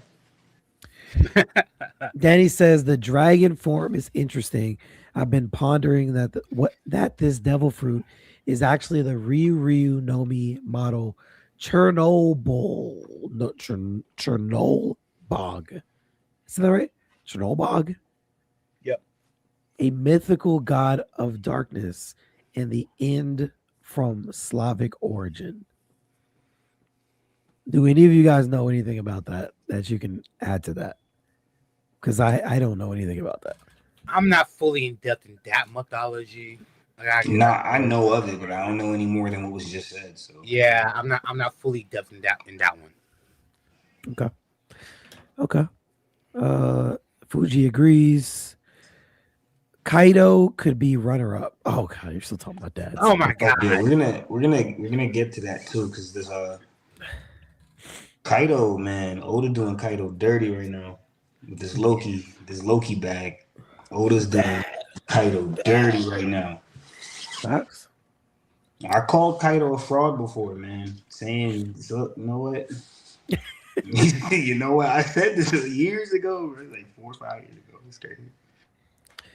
Trip in the building. He says 10 out of 10 chapter, and I was right about Loki once again. Okay. There you go. You're cooked. Yep. And you know the crazy thing about it? He just gave Kaido some great upscale with fighting Emo just because he knew he was about to give Loki this upscale. That's wild on Oda's part, man. But what I tell you at the beginning of Elbaf, Loki will be the one to power clip this man. People listen.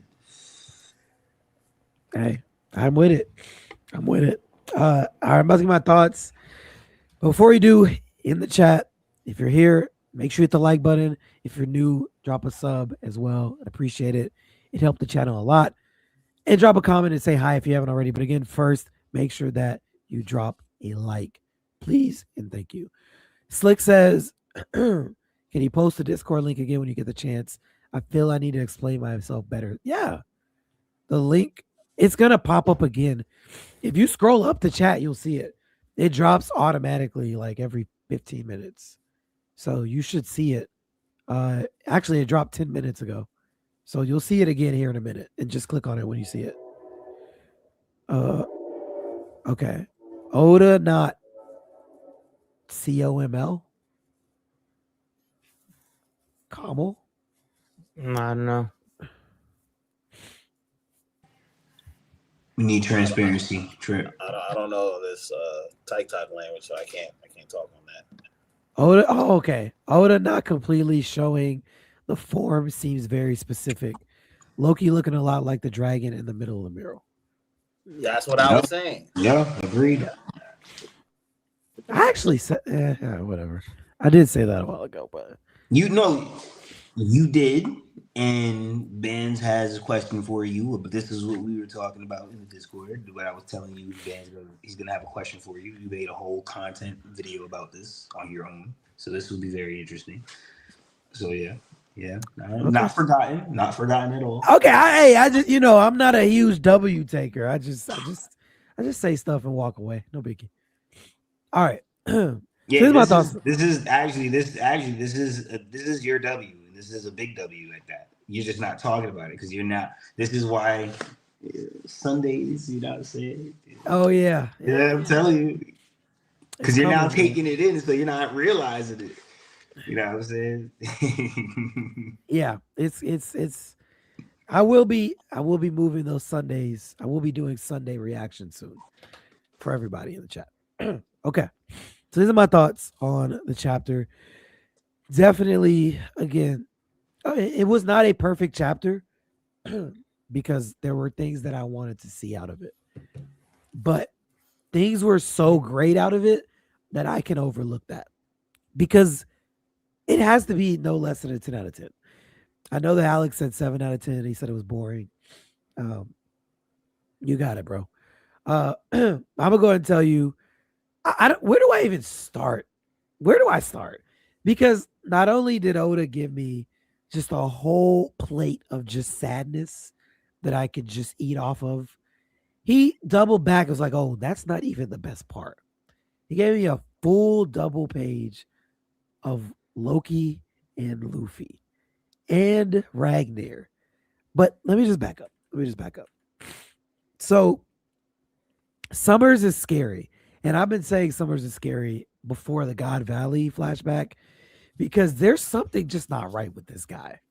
And we got confirmation in the flashback of God Valley when he's seeing this kid falling off the tree.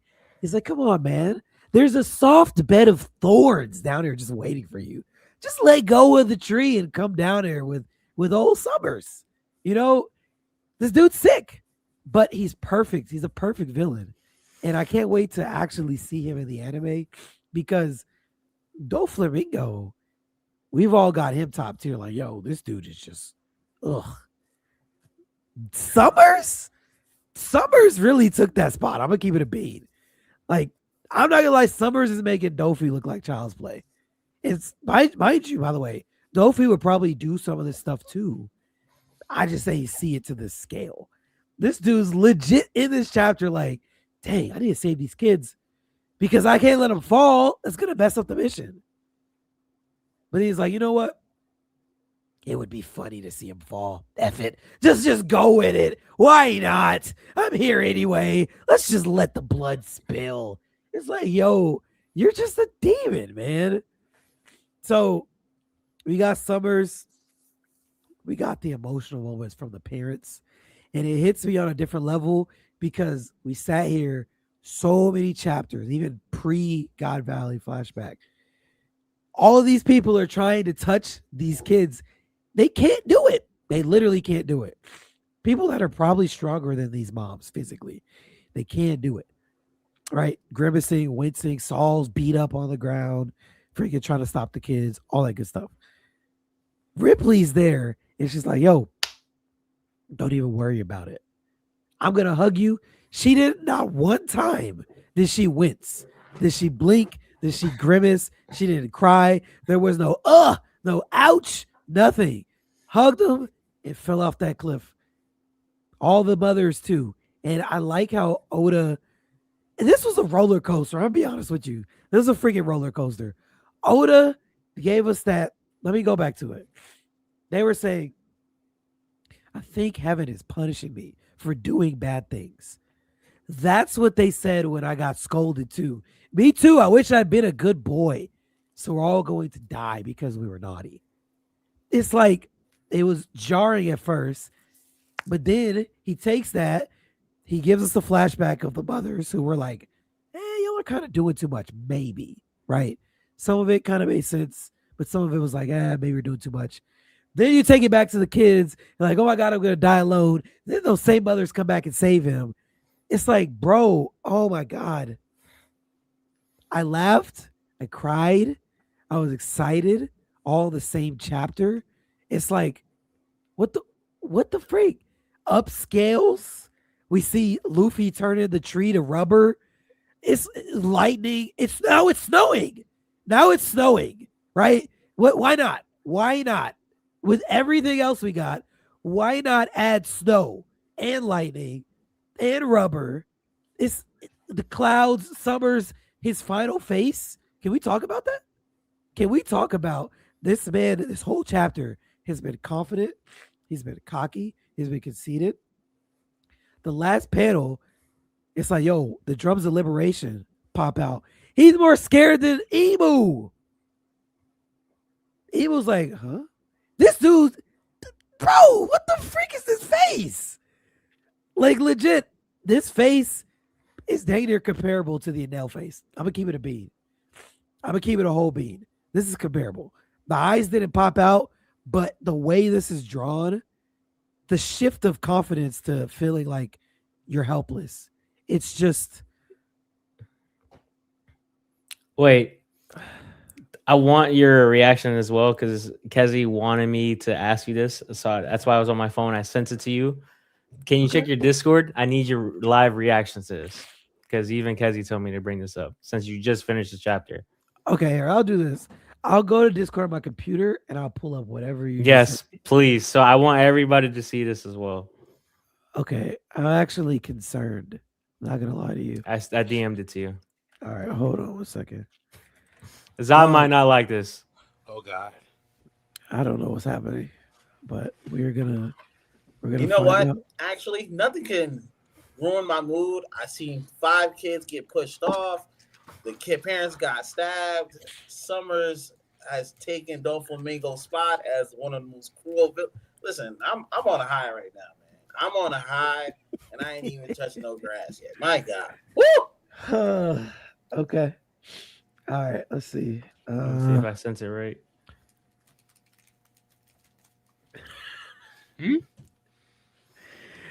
A dormant lion makes quiet moves to maintain the world's balance. Okay. Oh, wait, hold on, wait.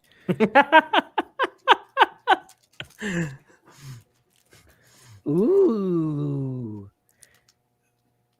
Okay. Where was this out? Was it in a data book? Where was this statement at? This was in Kezi. Was this in the magazine? That's Road to Laptail. Road to Yeah, Laptail. Roll Left Tail. Ooh. Did a whole video on this, Ree. Mm-hmm. Yes, I Yep. did. Yep. That's what I meant by the W. Yep. Ooh. Yo. This is Subconscious man. W's. Subconscious man. W's. I will take them. I will freaking take them, bro. Wherever I can get W's, I'm willing to take them. Man, okay.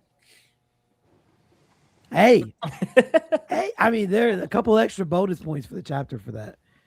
Yo, where do I like emus in this chapter?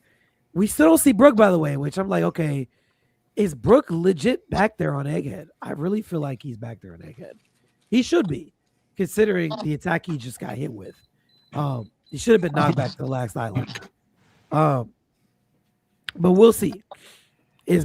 Actually, well, I guess we can't tell because we did see Gunmu, but it was just a close-up, so we don't know what's going on. But I really don't want to see what's going on with Brooke. We got Giant Luffy, Flying Loki, Ragnar. Like, oh my God. Chapter of the year, bro. We gotta see what's up with Zoro too. We do. That's right. We do gotta see what's up with Zoro. Big fact. Yeah, people didn't even realize it. Last chapter was a swordsman chapter. This chapter is a monster chapter. Yeah, the monster trio. Loki, Luffy, Nah, and not monster trio. I just Ragnar. Yeah, you mean you can people throw it right there. Wow, you throw it. Ragnar, Loki, I Luffy, just monster meant trio. Luffy and Loki, the monsters, and last chapter was Brooke and Zoro, so it was the swordsman. You know what I'm saying? Well, we did see lightning this chapter, so does that mean it was like a Loki Nami vibes? happening? Yeah, there you go. Is that where we're going? Is that where we're going? Like just Might as well. give it a bean. Why not? We got the orange-haired guy You running got crazy. Ragnar in there, you know what I mean? So we're fucking. I'm waiting for Ragnar and Chopper to have a conversation. Well, raccoon dog and raccoon. That's gotta be tough. True. Yeah, true. ABK in the building. He says, "What's up? What's up?" Okay, but yeah.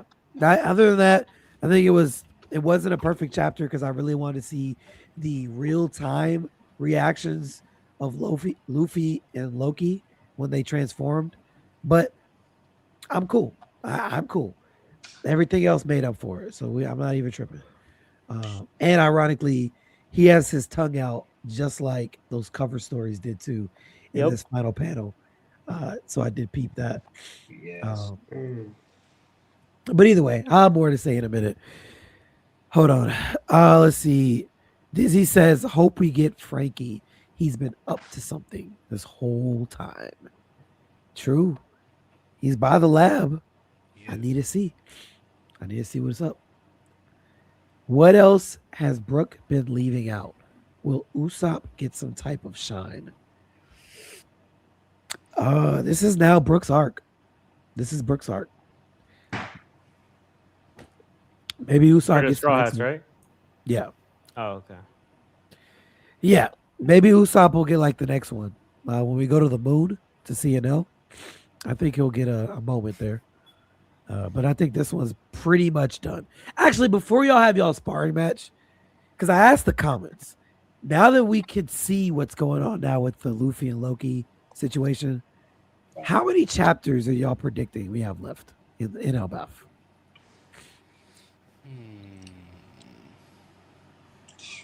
I don't know. I say You just had to throw a number I out. still think we're gonna be here for like another year, time from now. I still think we're gonna be, if not a year, I'll say for 6 months. So, I do think we're gonna be here still. So Same. I'm in I the don't same boat as Nika. I'm not gonna lie. I'm in the same boat as Nika. I think we're gonna be here like, a lot Otis longer. says things, but I take it with a grain of salt. And fully, I think you might be on mute. Nah, he was talking. I heard him. Well, okay, then I can't hear him. Shit. So y'all both said about a year. That's kind of where I'm saying, because I feel like we have so much more to explore, and like there's still room for like things to happen, and yeah, I feel like we have so much more room to play around with like the aftermath of like what happens here, and like what everything else. We have like a whole nother heaven realm that we haven't been to. If I'm correct. Is that what it's called? Yeah, we still have that whole thing. So y'all are thinking that's about 30 to 40 chapters. Just going off of how many he typically drops per year.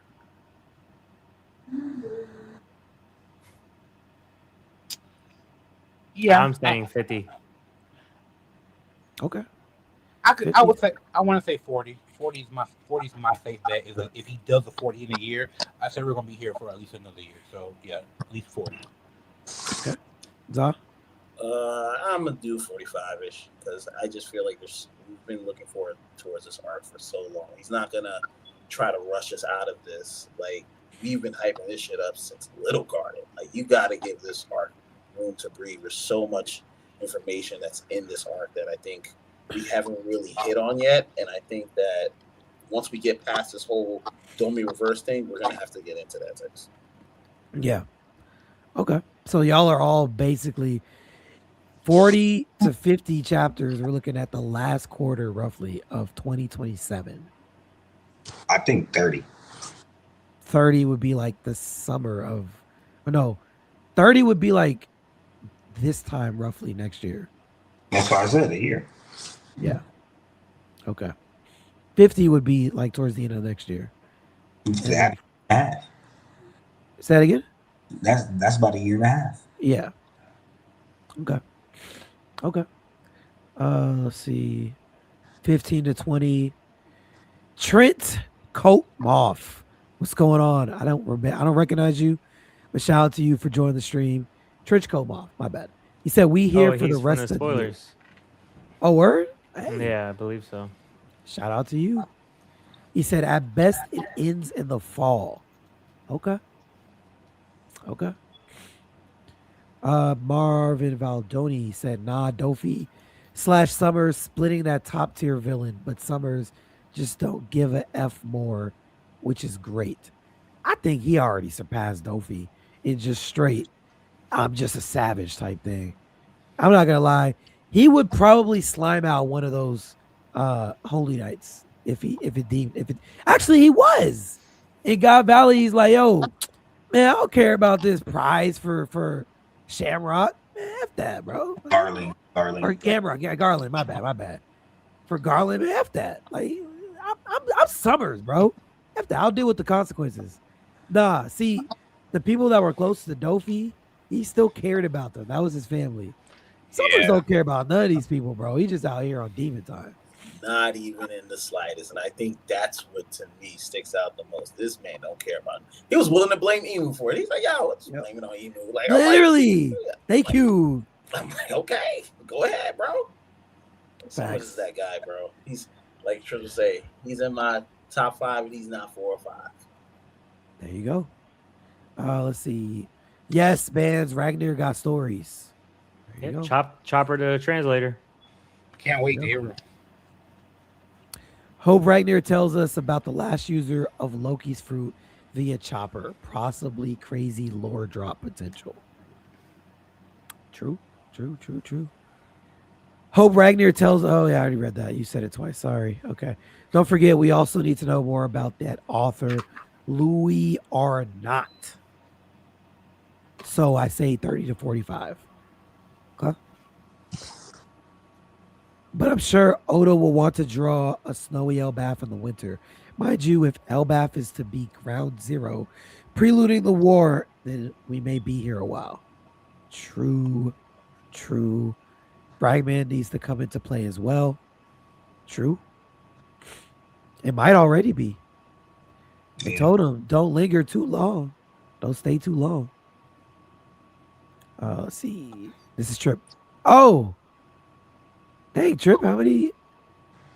I swear, I thought we just saw another triple count earlier. What? I guess he switched his account. Oh, that's tough. Every account for Trip. Oh, Trip. I think we're going to be in Elbaf for another 2 years. Woo. Okay. So who do y'all think? I'll ask that after. I'll ask that after y'all talk. 15 to 18 battle chapters, 5 to 6 miscellaneous chapters, stories, 1 more flashback, probably Brooke. Okay. Heaven Realm, Lola, Brooke backstory, Shanks versus Loki, Magic Paint. Yeah, it may be a while. We can get some of this stuff like Lola in the, well, maybe not Brooke backstory, but Lola, Shanks, and Loki. We don't actually necessarily have to get in Elbaf. We could get that outside of Elbaf. You could. If you end up having time with Loki after Elbaf, you could still end up getting those lore drops. Should you? No. I think it should happen here. But it might not. That's all I'm saying. At least Dofi cared about his boy. Summers a scoundrel. Facts. Big facts. And Trip. Okay. All right, you just double accounting it tonight, I guess. Make no mistake. Okay. Please, you guys, I don't know what y'all need to talk about, but y'all obviously got beef. So now I have the floor. I don't know why Ben's hyped you up like that. I don't know. He said y'all gotta go blow for blow. I want to hear you. Go ahead, Ben. Start up. What's up? Let's talk about this mural. Why don't you believe Dragon is a part of the final war and it's destined to happen? I never said that. Hold on. I said, okay, for the people who needs context, right? I've been dropping nothing but evidential pictures within the agenda piece in the Discord. Make sure you go join that link down below.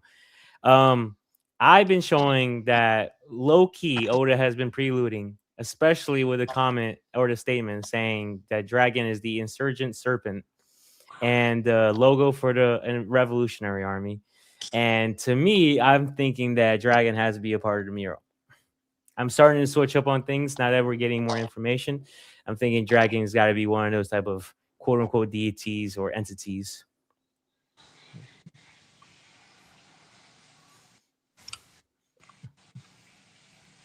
Oh, that's it. You just gonna leave it there. I want to hear what you say because this is interesting. That I feel like you don't think he's in the Harley text. The mirror. This is supposed to be okay. All right, so pull up the mirror, Ree, please. Mirror debate. Let's just All start. right.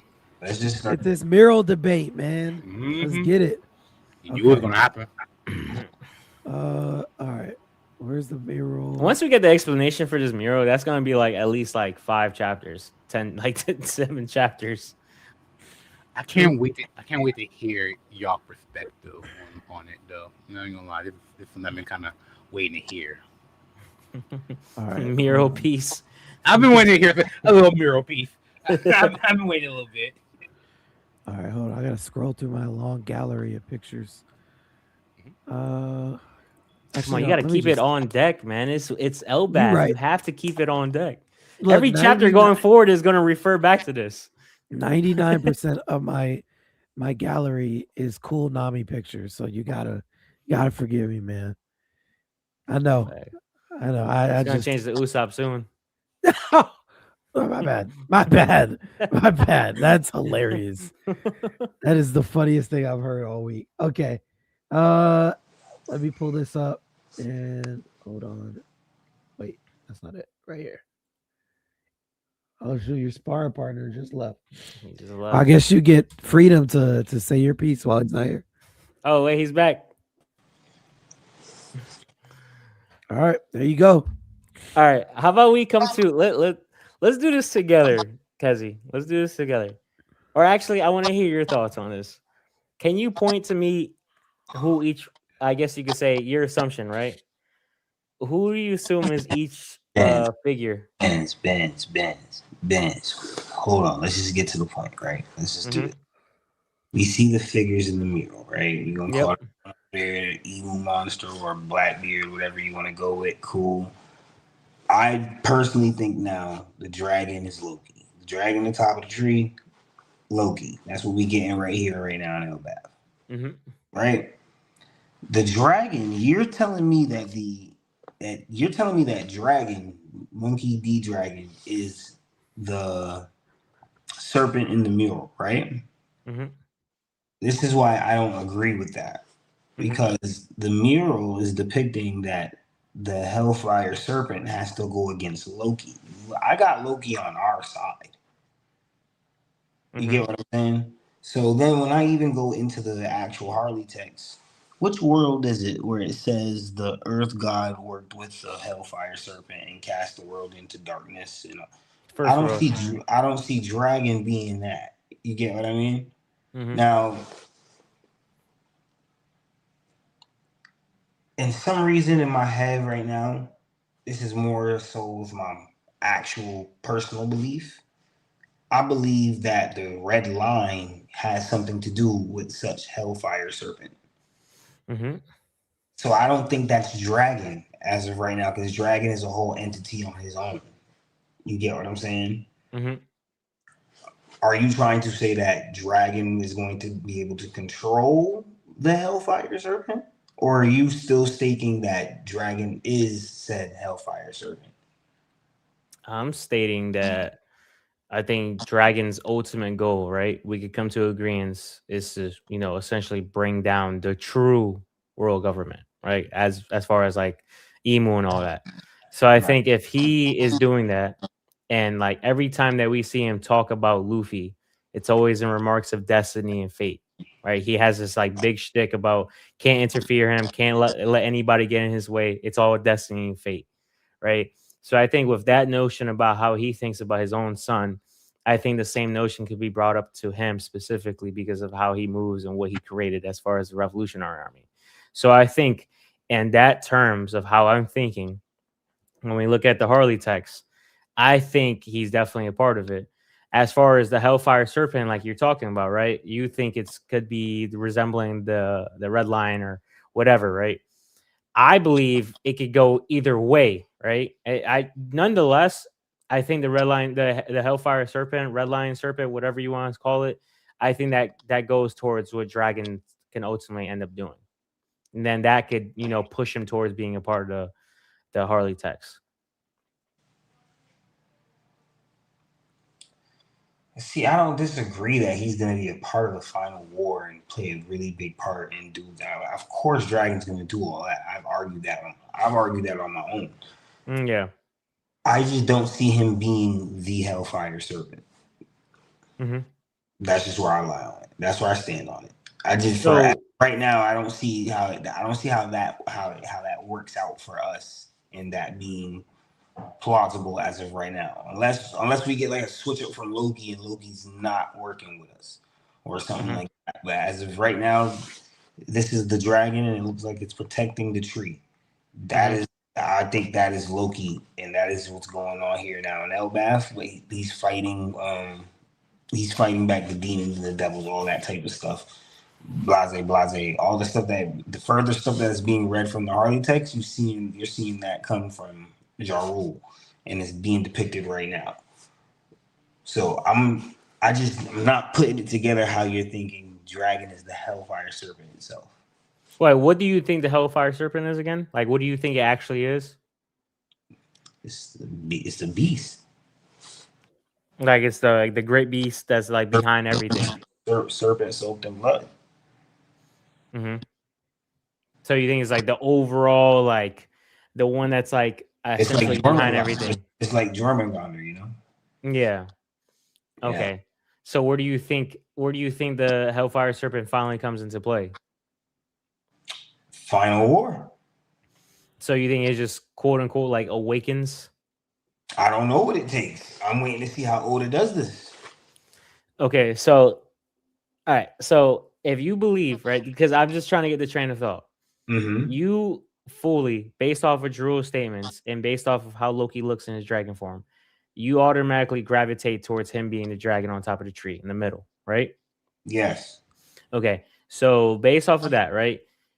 And we see in this Harley text that there's a character on top of Zunisha, and then we also have an entity that's fighting, essentially Joy Boy in this mural, right? Who do you think that is on the far left?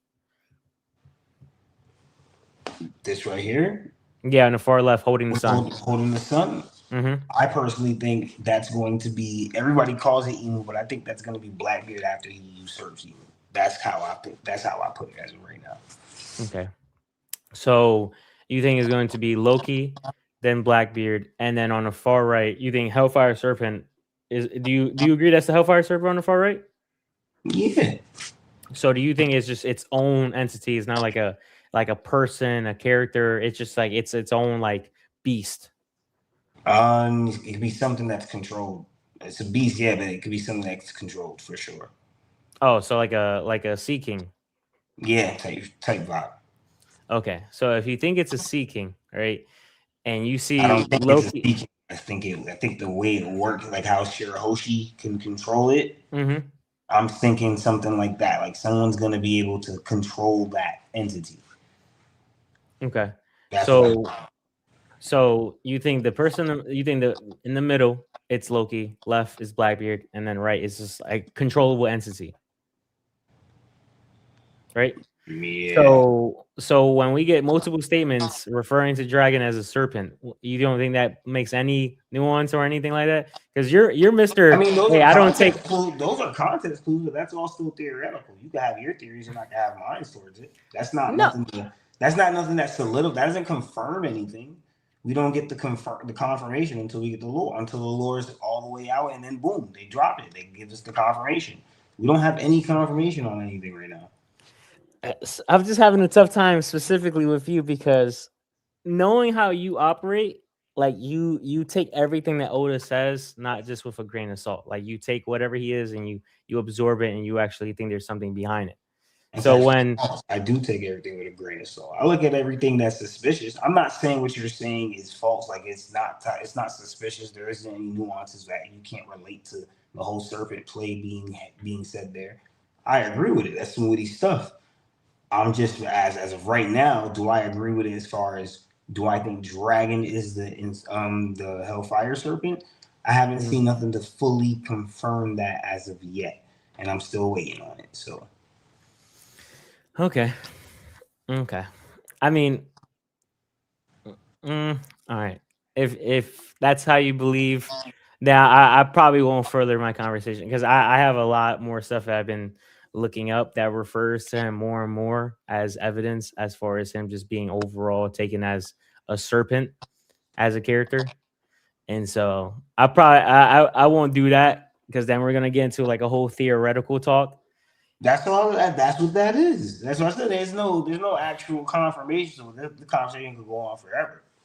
You know No, what I'm not saying? saying that there's confirmation about it. I'm just saying that the way Oda is handling Dragon, right? Everybody gets this. I don't know what it is, but everybody just instantly thinks Dragon means dragon. Like, hey, since his name is Dragon, he will turn into a dragon. I don't think that's just. I think that's I extremely don't stupid. even see this. Is the thing with me, as far as Dragon goes and his abilities and Devil Fruit, there's still speculation if it's gonna be Zoan, if it's gonna be Logia.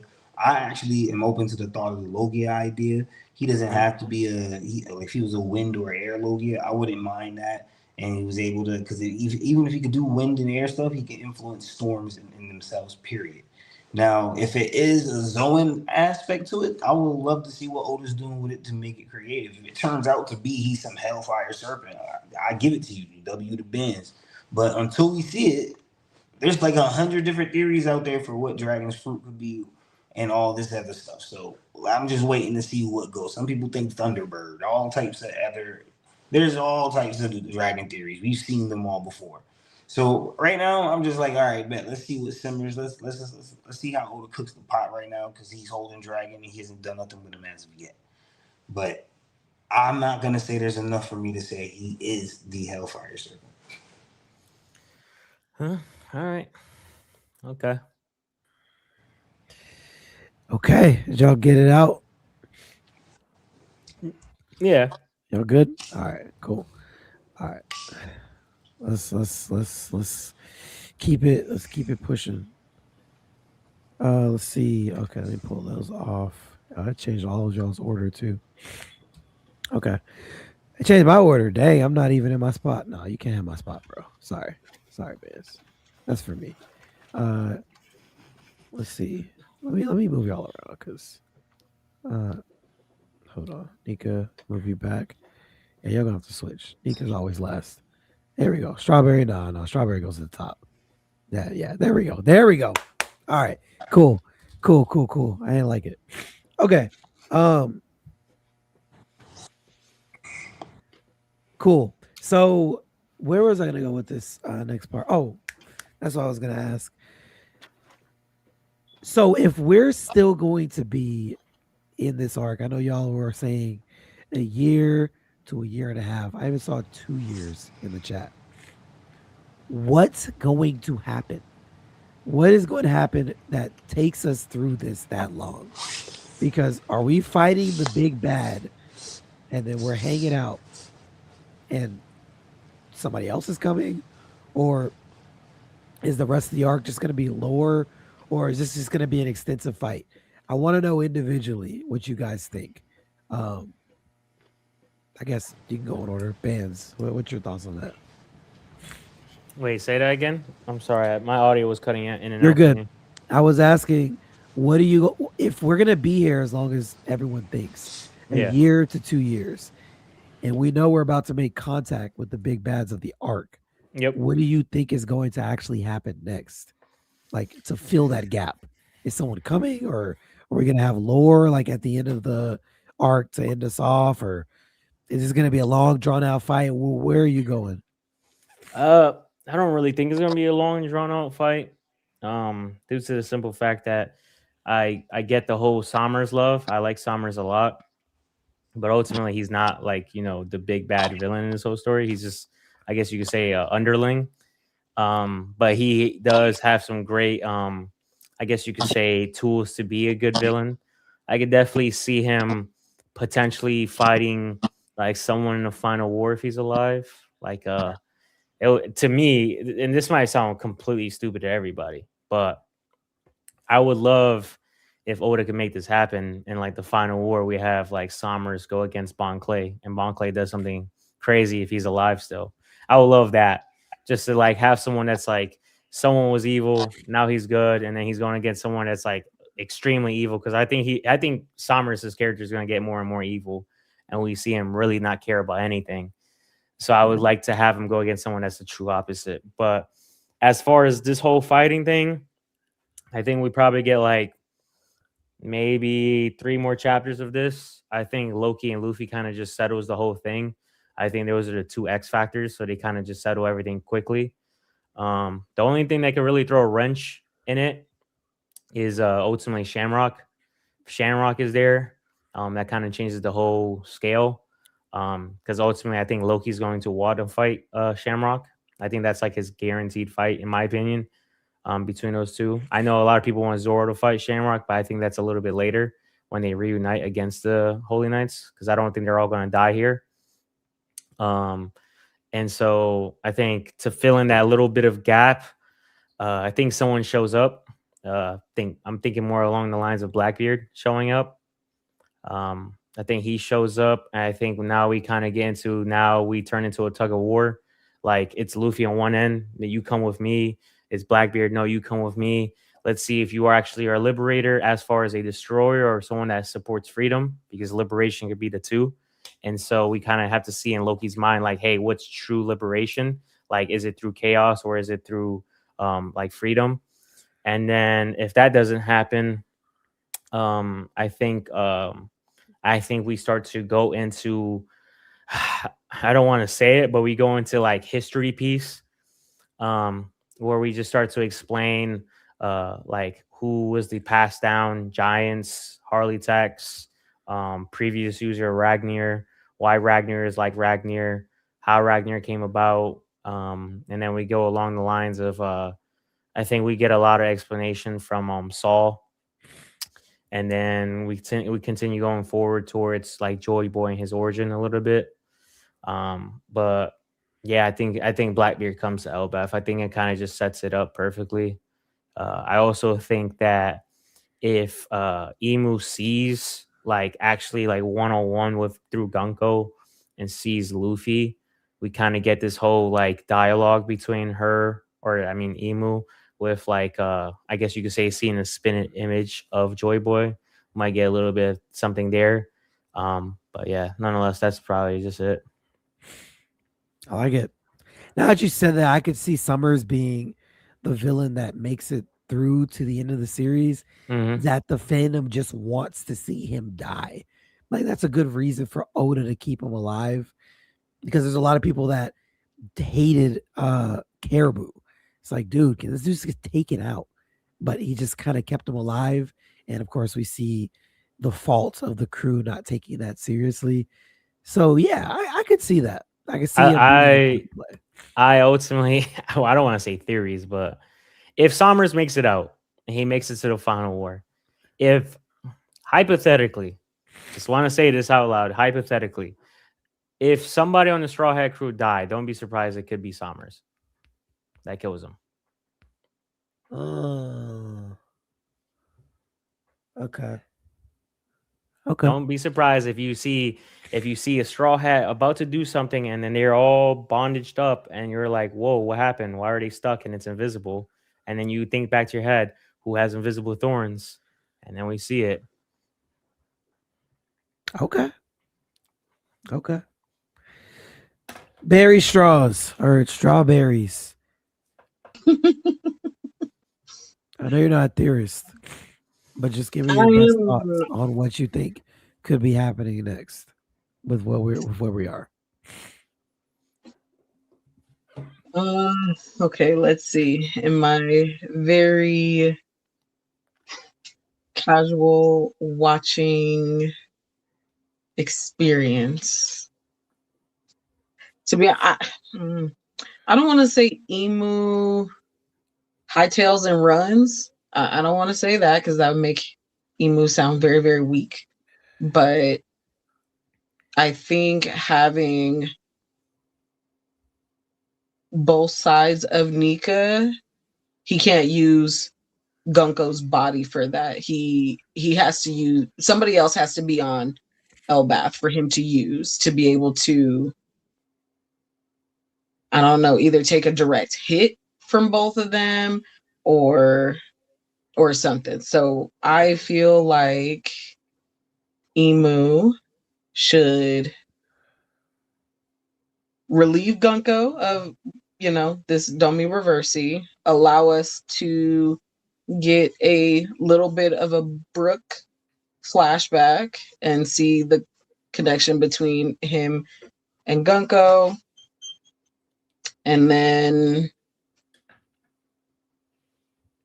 to be honest, I'd be okay if Elbath just kind of ended there and not ended there, but I would be okay if this battle is now done and we can leave Elbath and move on to where we're supposed to go to next.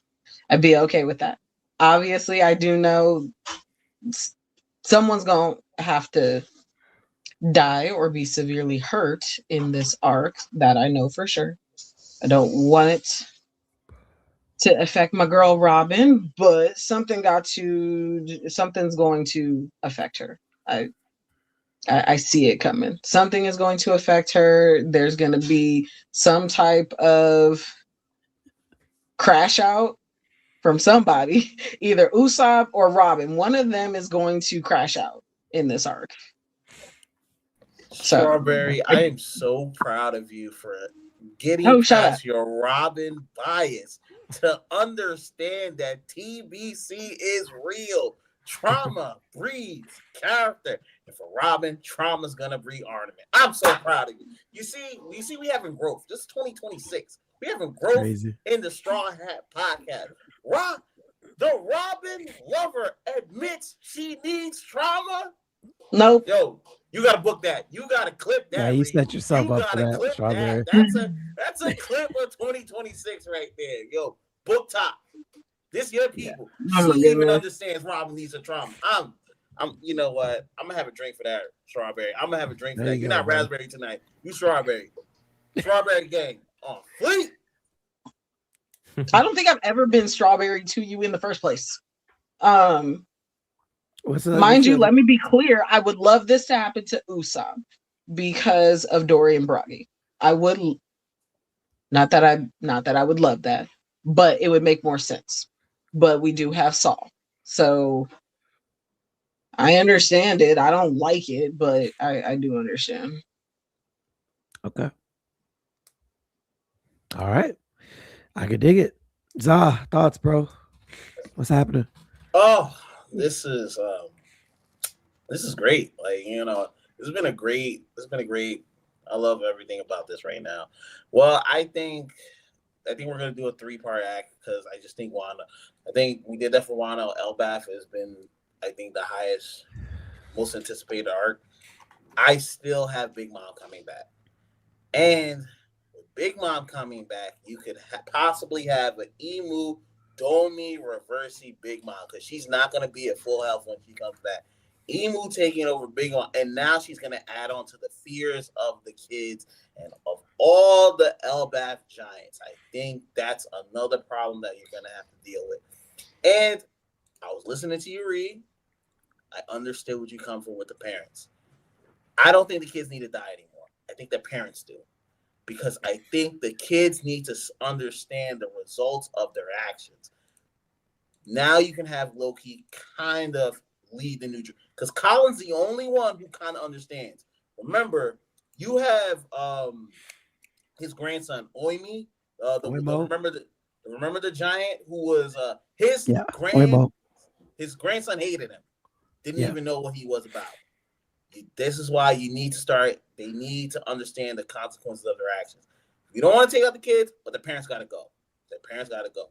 And Colin can take over whatever's left of the library, even if they burn it. And then I think once you get past that, Usopp does his thing. Luffy, they take care of, because Zoro and Sanji still have to fight the giants and all that type of stuff. I think this is not going to be too long of a dragged out fight, but I do think the Big Mom thing adds on to it. And then we go into Lore Peace, and we go to Mural Peace, and it's just going to be an up enhance piece. They're gonna enhance everything about their ships, their weapons, and all that type of stuff. I think that's the third act. I think that's where we go from there. Okay. I can dig it. The God himself, fly us to the truth, bro. Flutter them wings and let's get it. What I see, what can keep us in Elbath for like the next year or so and whatnot. I think we still got room for. I'm still hoping to see something with Rouge, the Mad Monk and whatnot. I'm still hoping to see like something with that, something to play around with, like love hockey and whatnot. Since goddamn, I'm forgetting his name right now, Gabon. I want to see something like I want to see like that play into, or some type the Heaven Realm could keep us here, because I don't think I said like last week, I really don't want Luffy to have to fight a big bad, and if the big bad is anybody in my mind, it'll be Killingham and whatnot, because I'm just like the whole dream thing, Emu taking that over, or like just using him as a self-destruct with the dream things or something like that. I feel like that might be the big thing, and like the way I see that being a thing is it will play with Usopp, helping the kids fight their own fears. I feel like we might get that in a sense of them conquering their own fears, since they keep regenerating and whatnot. It might be that kind of thing of them conquering their fears, and Usopp being, I had an army of giants like he said he would. That's the lie. That lie comes true and whatnot. I think we stay around Elbath for a little bit, explore a little bit more of the lore and whatnot, and yeah, that's I'm like, I feel like there's still things that we could touch on, because I know some people in the beginning of Elbath were just like a nail could still come down. So if we get to the Heaven Realm, seeing how high it goes up into the cloud space and whatnot, and like there could be Cloud Islands still connected to like the tree and whatnot. I'm like, there is still range that we can get into, and we could touch on Nami a little bit if we go down that path and like everything. I think there's so much room to play around with when we really look at like going up that tree, and like, yeah, that's why I am with it. Yeah. Y'all didn't forget about the Sunstone Pimbers, did you? Because I didn't. No, I still remember, especially with seeing the new trailer for season 2 and whatnot. I'm hoping we get touched on that a little bit when season 2 come out too. We going to incorporate that into the Climate Attack. I said it first. Do what you will with that information. But the Sunstone Pimbers, they're gonna be important. I'm just telling y'all. I said it when that chapter dropped. I said, don't forget, this is a Nami upscale, but y'all ain't listen to me. People ain't hearing me. Y'all just too used to me hearing it. Y'all don't get it. Nika, please. My notepad is ready, and I'm ready to hear it. That's the session. Let me see. So, what I think coming next? Dang. I don't even know how this battle stuff about to play out. I do know we're about to get into it for real. Excuse me. I do want to say I do think Brook's about to get active with actually manipulating or using his music, because all that's left now is to like actually act, is like action, So I feel like whatever happens here, Emu's gonna wanna. Brook's gonna want Luffy to help him. Like he's gonna, how you usually ask a favor for me, the captain. Like how Frankie did in Dressrosa, that type of vibes. I could see Brook asking Luffy to help me save this person or whatever the case may be. Yeah. So I can see that happening between Brook and Luffy. I don't know if Shamrock comes back, but I do think Shanks does come here. And I do think Blackbeard as well does come here. Yeah, I for some reason I think that's how that might play out, but I'm not too sure. But I did see a Griffin amongst the nightmares that leads me to be suspicious. So, I don't really know. It's crazy because I haven't theorized too much like how the Elbath stuff is gonna go. Because I always said when we come back, I'm gonna see how we're coming back and how Oda's gonna go about showing us everything. So I'm really kind of just letting this play out. Just banking on certain things. Like the Blackbeard coming to Elbath. I want that to happen. I could dig it. I want that to happen. If BB comes to Elbath, man, come on, be aboard. I think Vivi's about to get kidnapped. That's what I agree with that. I think she's about to get kidnapped. I actually fully agree with that. I don't want it to happen, but I do think that's coming. Yeah, because I hate to say, a lot of us have theory of kidnapping happened. I think it's gonna be her. She would be just trying to get kidnapped. Yeah. I was I guess I kind of already answered my question because I went back to check it. I was looking at this probably doesn't mean anything at all, but a lot of these giants have like these helmets that have moons on them. Have you already peeped that? The crescent moon. Yeah. Mm. And I was looking at it. I was gonna ask it before I read the chapter, but I had to go back and confirm that wasn't something that happened after, like, Emu had domied them. But I'll pull it up. Maybe everyone that's in the chat doesn't know what I'm talking about. But hold on a second. No, not that one. 1 second. This is it. So I went back to see before Emu had actually done the Domi Reversi. But he already kind of has it. Bogey already has these like crescent moons on his helmet. And I was peeping that when I was looking back at 1173 before I read 74. And I was like, oh, that's interesting. I didn't know if they were trying to go somewhere with that. I'm assuming not, seeing how they had it before.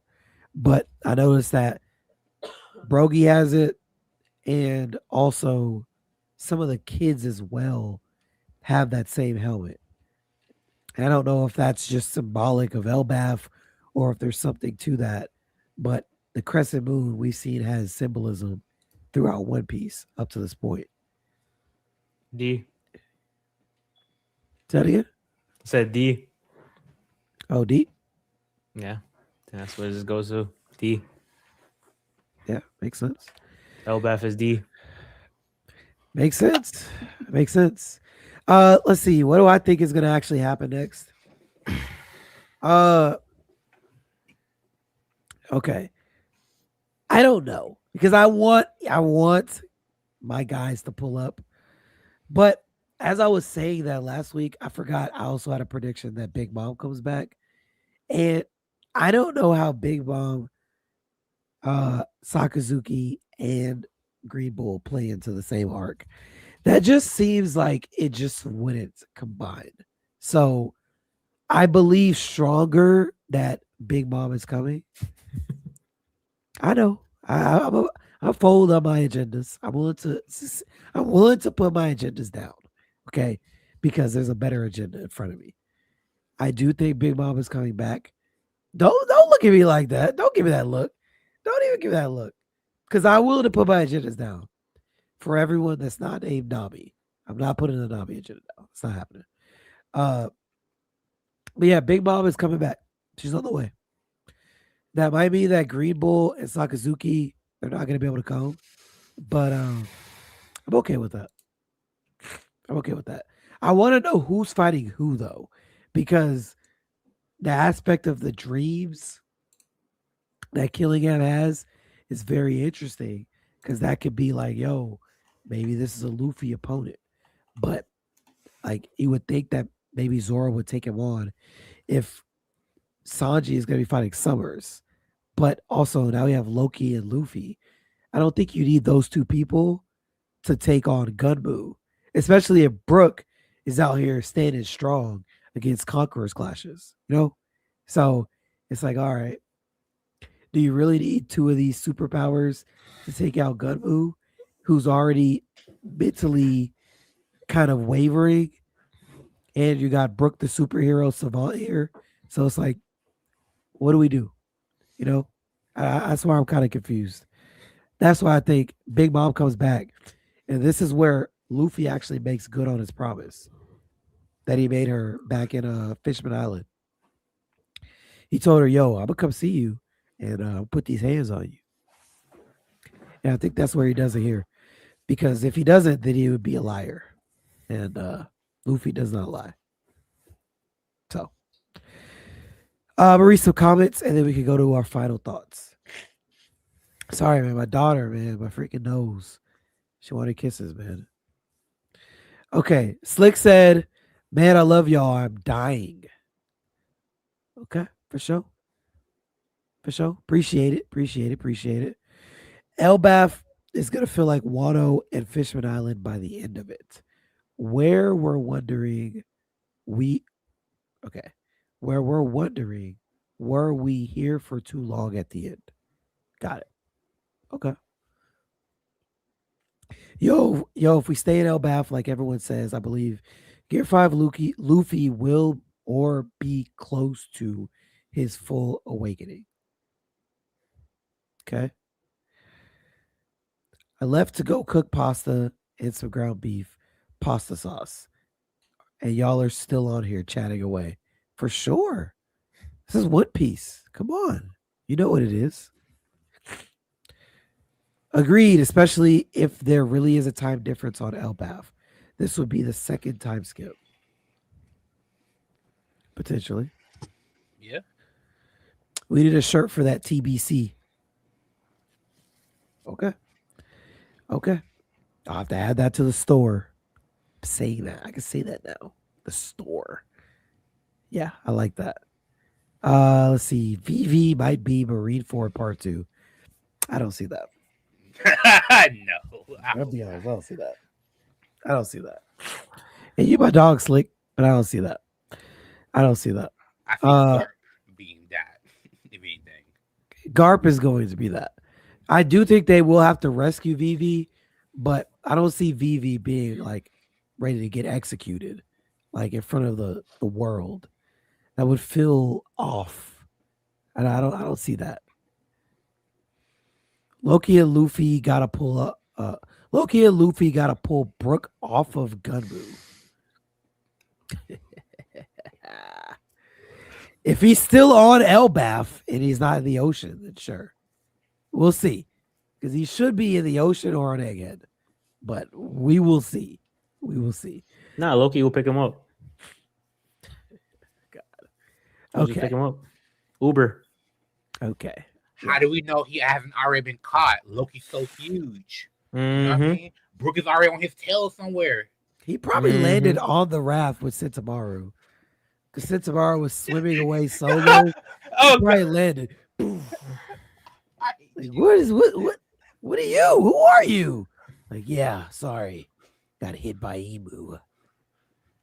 There's no way he stands up against that. There's no way. Nah, I'd rather Brook solo Gunbu to find out about Emu.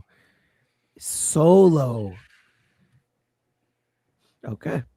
That would be tough. We find out that Brooks' awakening is he gets soul swap. That would be tough. Soul swap. Bro, bro. that would. Tough. I'm not a power scaler, and I don't even want to see that. And I'm not a power scaler. The power scalers would lose their freaking minds if that happens. Not gonna lie. Just swap souls with people, bro. Gets all the knowledge from Emu and Gunko. Wait, so that means he can like swap souls with someone who can read poneglyphs? That would be tough. Oh, okay. But this is all hypothetical. I don't think this is gonna happen. But that would be tough if he gets soul swap. So like we don't need Robin though. Hey, Okay, valid. I'll just peep game. Okay, final thoughts. Final thoughts. I'm just peeping. I'm just asking questions. I'm asking questions. this is all hypothetical. I don't think this is gonna happen. So don't take this as Nico Robin slander. This is I'm just literally- asking questions. I don't think man. any of this is true. I'm just asking Just questions. feeding into the comment. I know she, had a, was getting pushed around in the bed and Egghead. So, just give her a little more time to rest. I'm sure she needs it. Final thoughts, Bands, what you got? Final thoughts. Just on this chapter, right? On anything, man. On your day, on basketball, On my on day. whatever, bro. Yeah. Probably my final thoughts would just mostly be about the chapter. I would really like it if Oda in the next like couple chapters or so can really just hold back Luffy a little bit more. Yeah, I know people are gonna get upset about that because we've been going through a whole flashback for forever and we haven't seen Luffy. I just want him to be held back a little bit more. I really want us to highlight Loki I'm not trying to say this in a biased way, but I really feel like he needs to be highlighted even more. And I think the next couple chapters should be about him, after saving the kids, him talking to Luffy, and then I want to see how he deals with all this whole situation. And then, excuse me, I want to see if he will potentially talk about what happened with Shanks, because I feel like it'll be brought up. Because, yeah, I mean, you can't. In my head, I don't think you could be a part of Luffy's crew if you hate Shanks. So I think that would need to be the explanation there. And then also on top of that, we probably won't get any world building. So this is just like a countless just ask for. But I want to know, like, right now where Blackbeard is at.